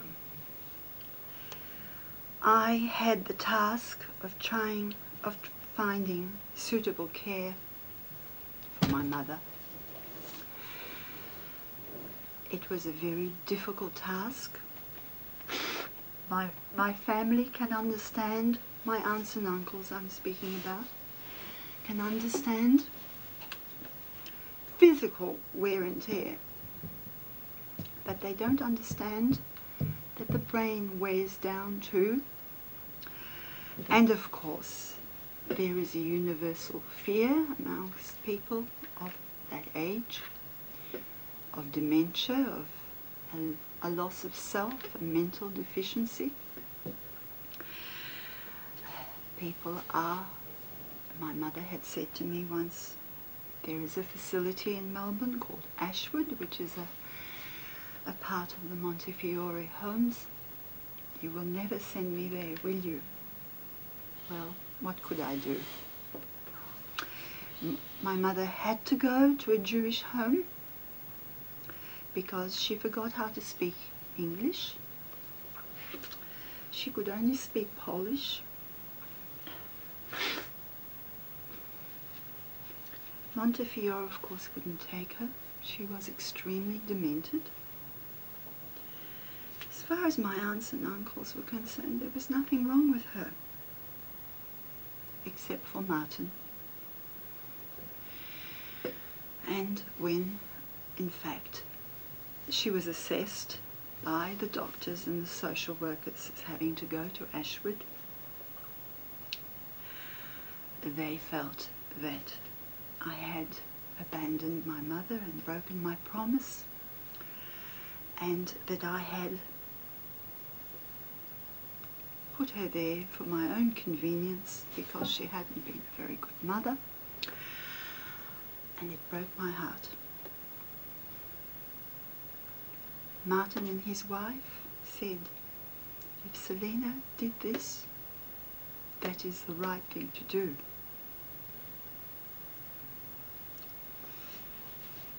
So, for the first time in my life, when my mother went to Ashwood, I was able to provide her with some rudimentary, basic needs.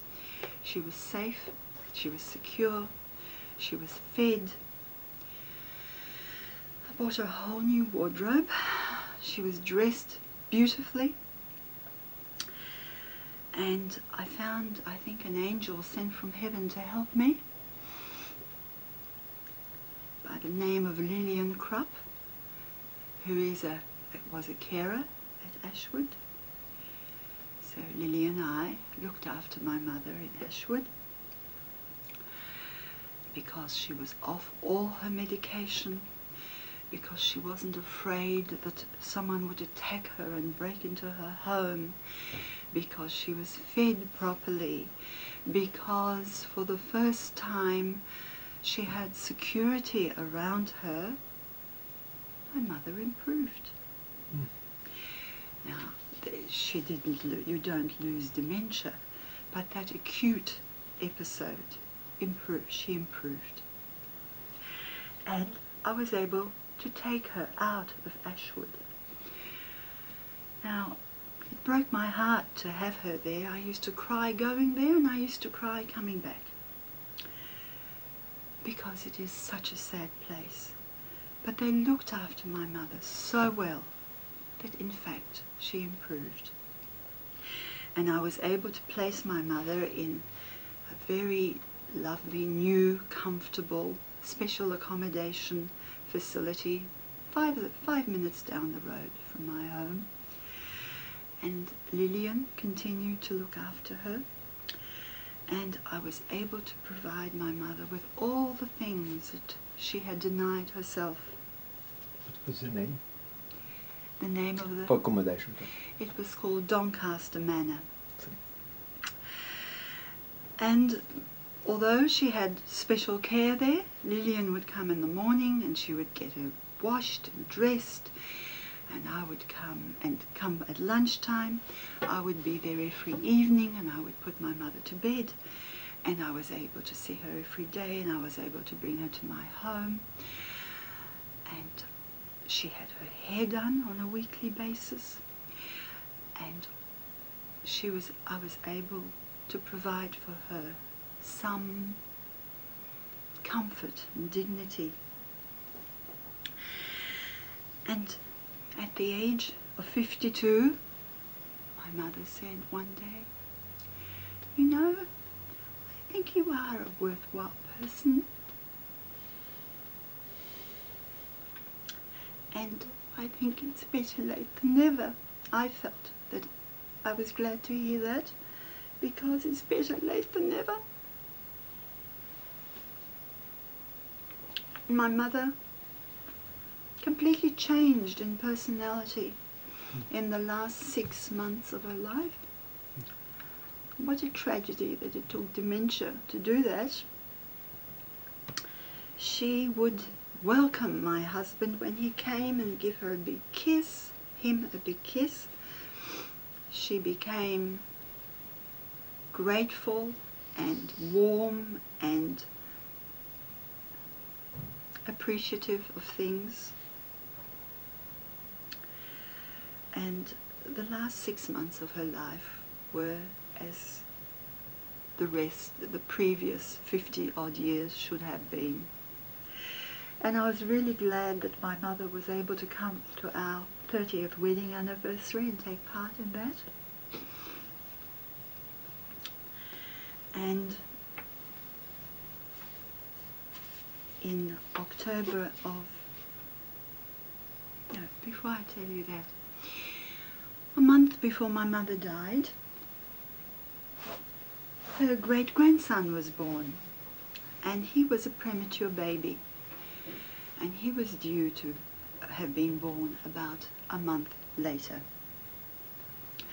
So my mother saw her great-grandchild and she was delighted. It was a joy for her. It gave her so much pleasure. And a month later, more or less, when the baby was due, my mother died. And one of the reasons I'm giving this testimony is to tell you that for my mother, the Holocaust did not finish in 1945. It finished in 1994, on the day that she died. And I feel that the Holocaust took from my mother the most precious elements of life. her peace of mind, her ability to trust and have confidence in people who really deserved it, her capacity for enjoyment, her ability to give and receive love freely, and she lost hope. And she lived in the worst nightmares of the past because they became her everyday reality.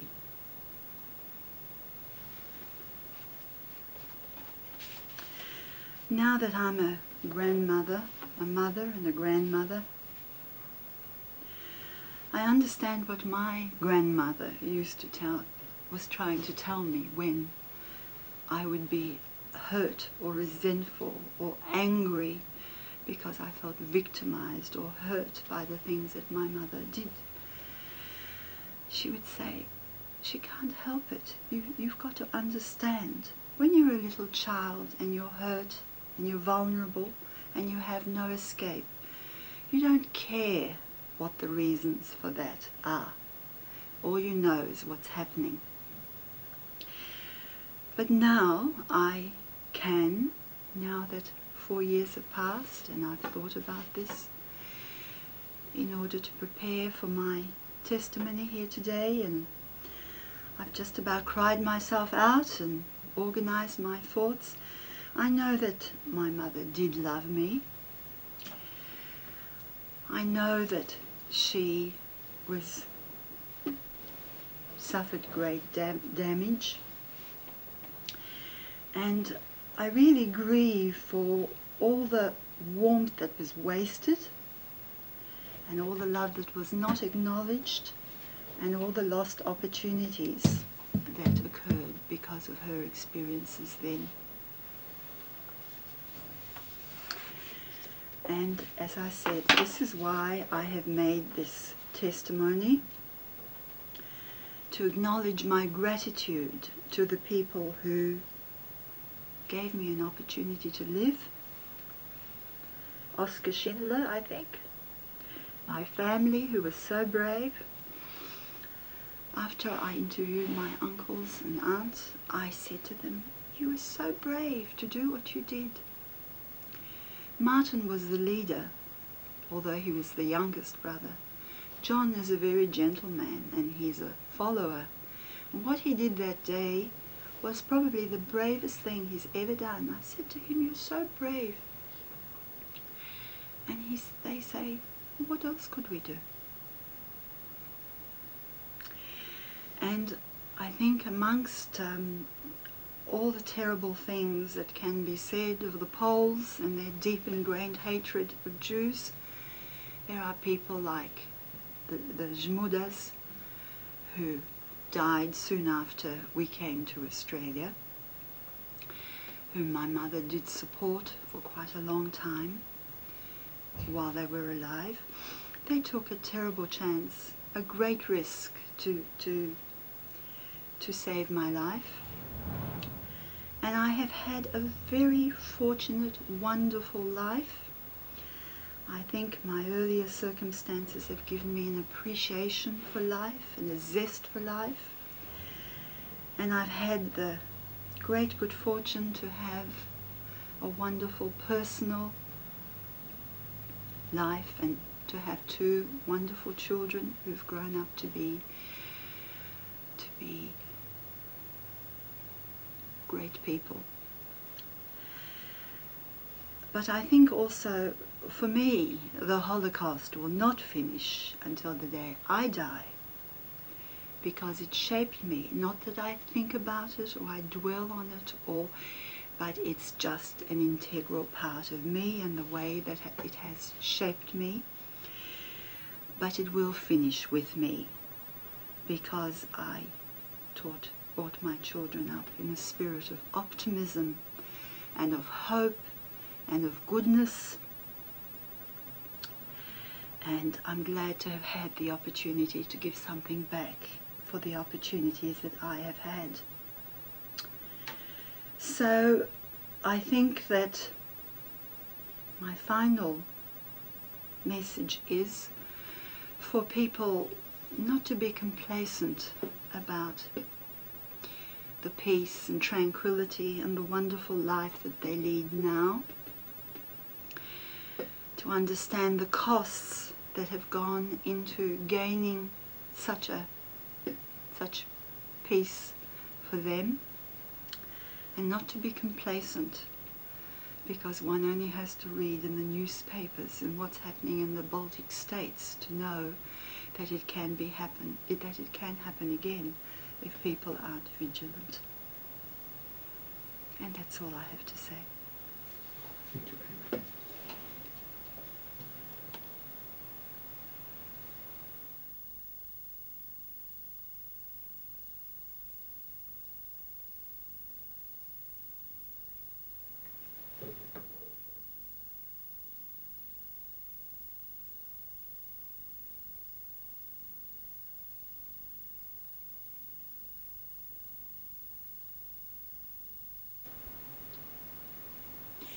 This is a certificate of registration written in both German and Polish, which had to be filled in by Karol and Maria Żmuda when I was found on their doorstep, and it gives my name as being Żmuda, surname, first two names Maria Janina, gives my correct birth date, which must have been included with the sign around my neck which said Marisha. It says that I was found in Krakow, that I'm Polish. The 6th of the 6th, 42. Yes, that's my birth date, the 6th of the 6th, 1942. And a little further along the line, it says that I'm Roman Catholic in one of the columns just towards the end of the page. There. And at the bottom is the signature of my adoptive family, Maria Żmuda and Karol Żmuda, who looked after me until the end of the war.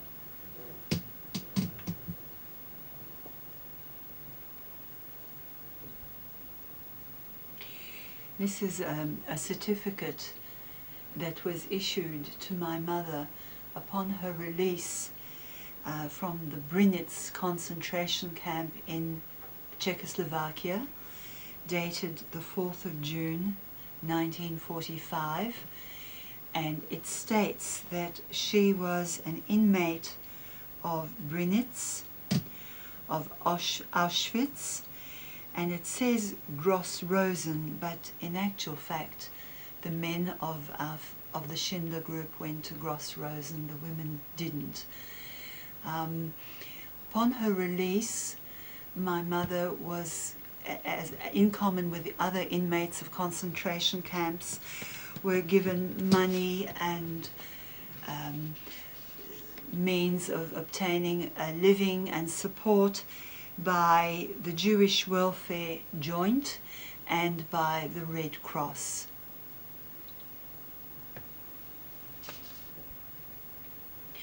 This is a French identification passport that was issued to us when we left Poland in 1949 and arrived in Paris as stateless refugees of Polish origin.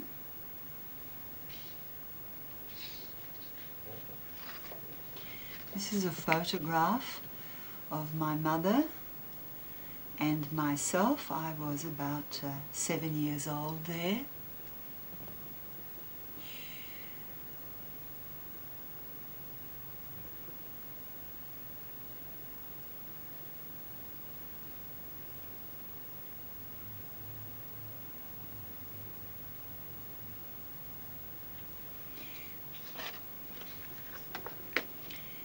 Stating that we wish to immigrate to Australia.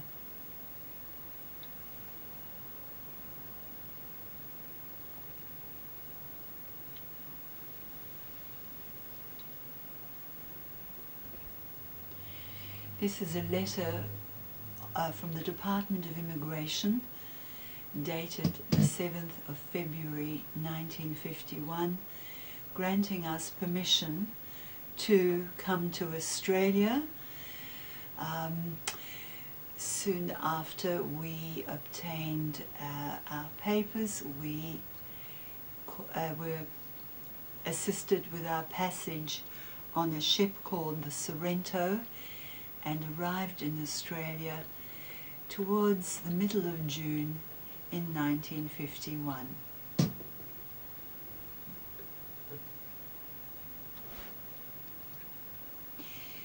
This is my maternal great-grandmother, whose first name I don't know. Surname was Scharfherz. She was the mother of 7 children, including my grandfather, Chaim Yoel Scharfherz. And she ended her days by herself. She died in the Warsaw ghetto, where for some reason she went instead of finding a home with her children.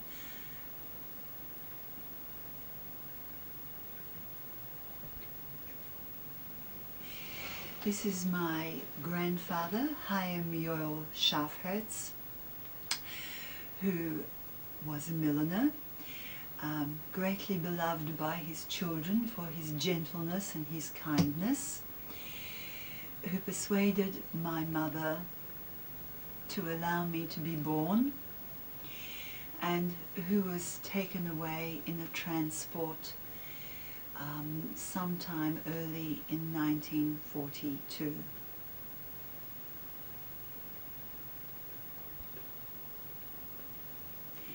This is a photo taken outside the walls of the castle in Krakow called the Wawel.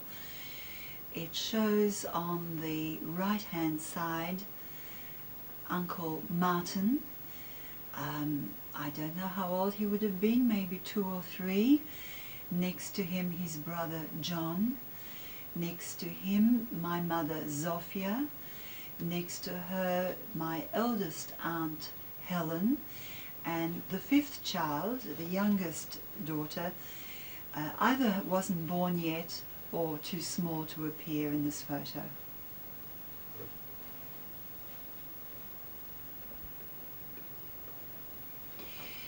This is a photograph of my aunt Helen Burstener and her 2 boys, Samush, who was the older, Burstener, and Michasz Burstener, taken, I'm not sure when the date of this photograph was taken, and I'm not certain how old the boys were in this photograph, but both of these children died in the gas chambers.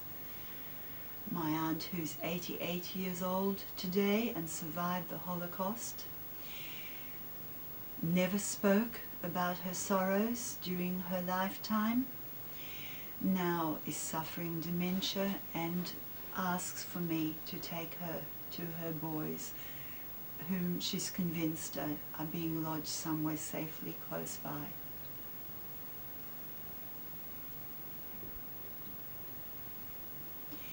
This is a photograph of my parents, Max Buchsbaum, Zofia Buchsbaum, taken in Krakow prior to the war, perhaps during the days of the ghetto.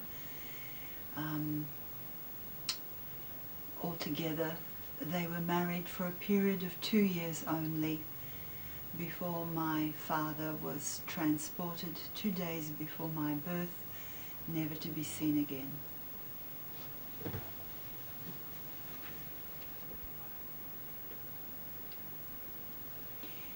This is a photograph taken in the Krakow ghetto. I'm holding my head up, so I must be at least 3 months old.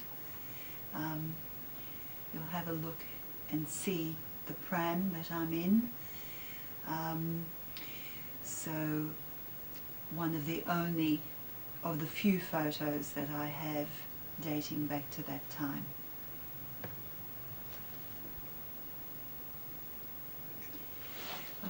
This is a photograph of my mother and myself, taken in the ghetto at approximately the same time as the previous photo.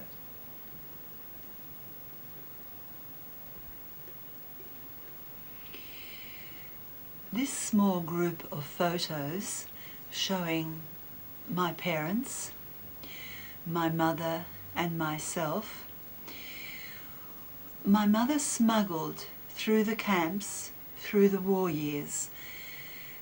Being a lady from a fairly buxom family, she taped them underneath her breasts, and that way was able to secrete them right through the years of the war.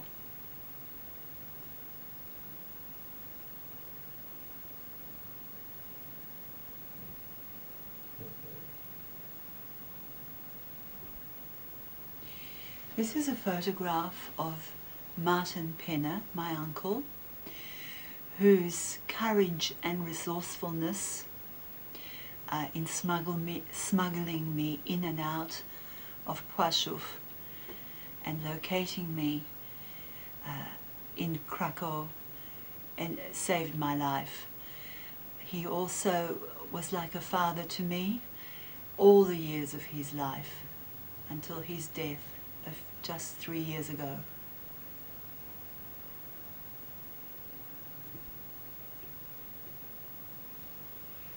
This is my uncle John Penner, who would have been about 25 years old at the time that he helped to smuggle me out of Płaszów.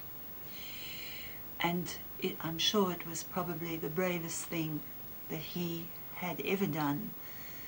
And when I commented on this, he said, well, what else could I do?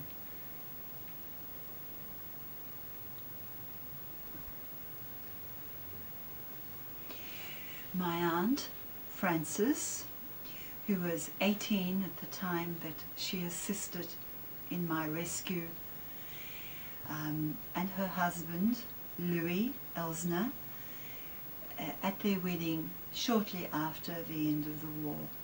Both of them surviving because of Oscar and Emily Schindler.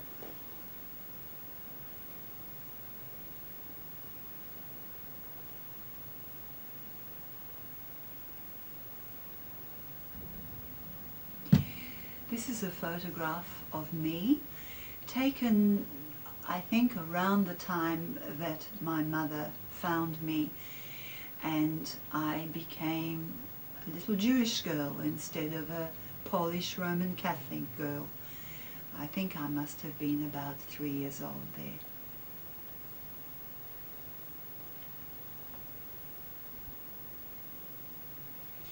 This is a photograph taken shortly before we left Poland in 1949 of my wonderful grandmother, Mariam Penner, of my mother and myself.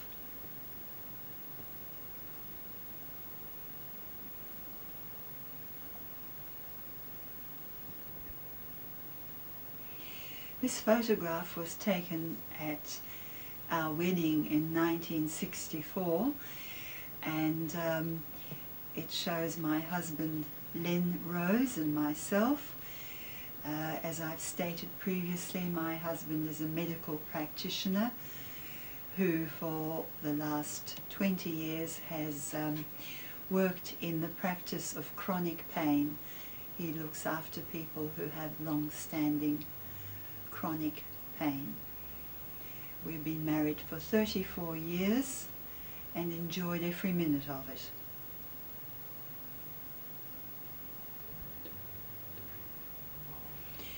This photograph was taken in Melbourne in 1984 when the book written by Thomas Keneally, who's seated in the front, was published.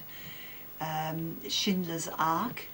My family were all Schindler survivors and attended this reunion, and Melbourne in fact has been the place where the greatest number of Schindler's survivors have lived.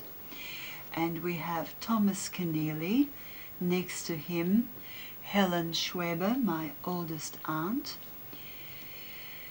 Phyllis Penner, my aunt, Frances Elsner, also my aunt, Martin Penner, my uncle, John Penner, my uncle, and Louis Elsner.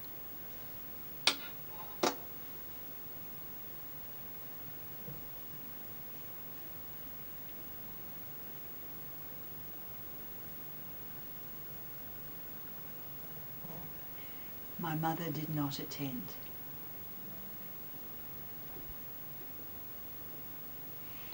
Our daughter got married in February of this year, 1998, and this is a photo taken at her wedding.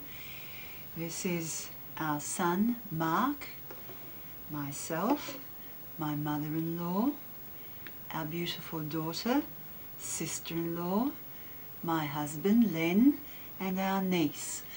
And I'm pleased to show this photo, which includes my 2 children, of whom I'm enormously proud.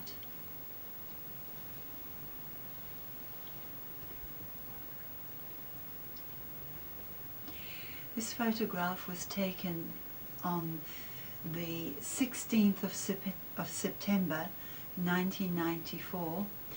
It shows myself, my mother, and my first grandchild and her first great-grandchild.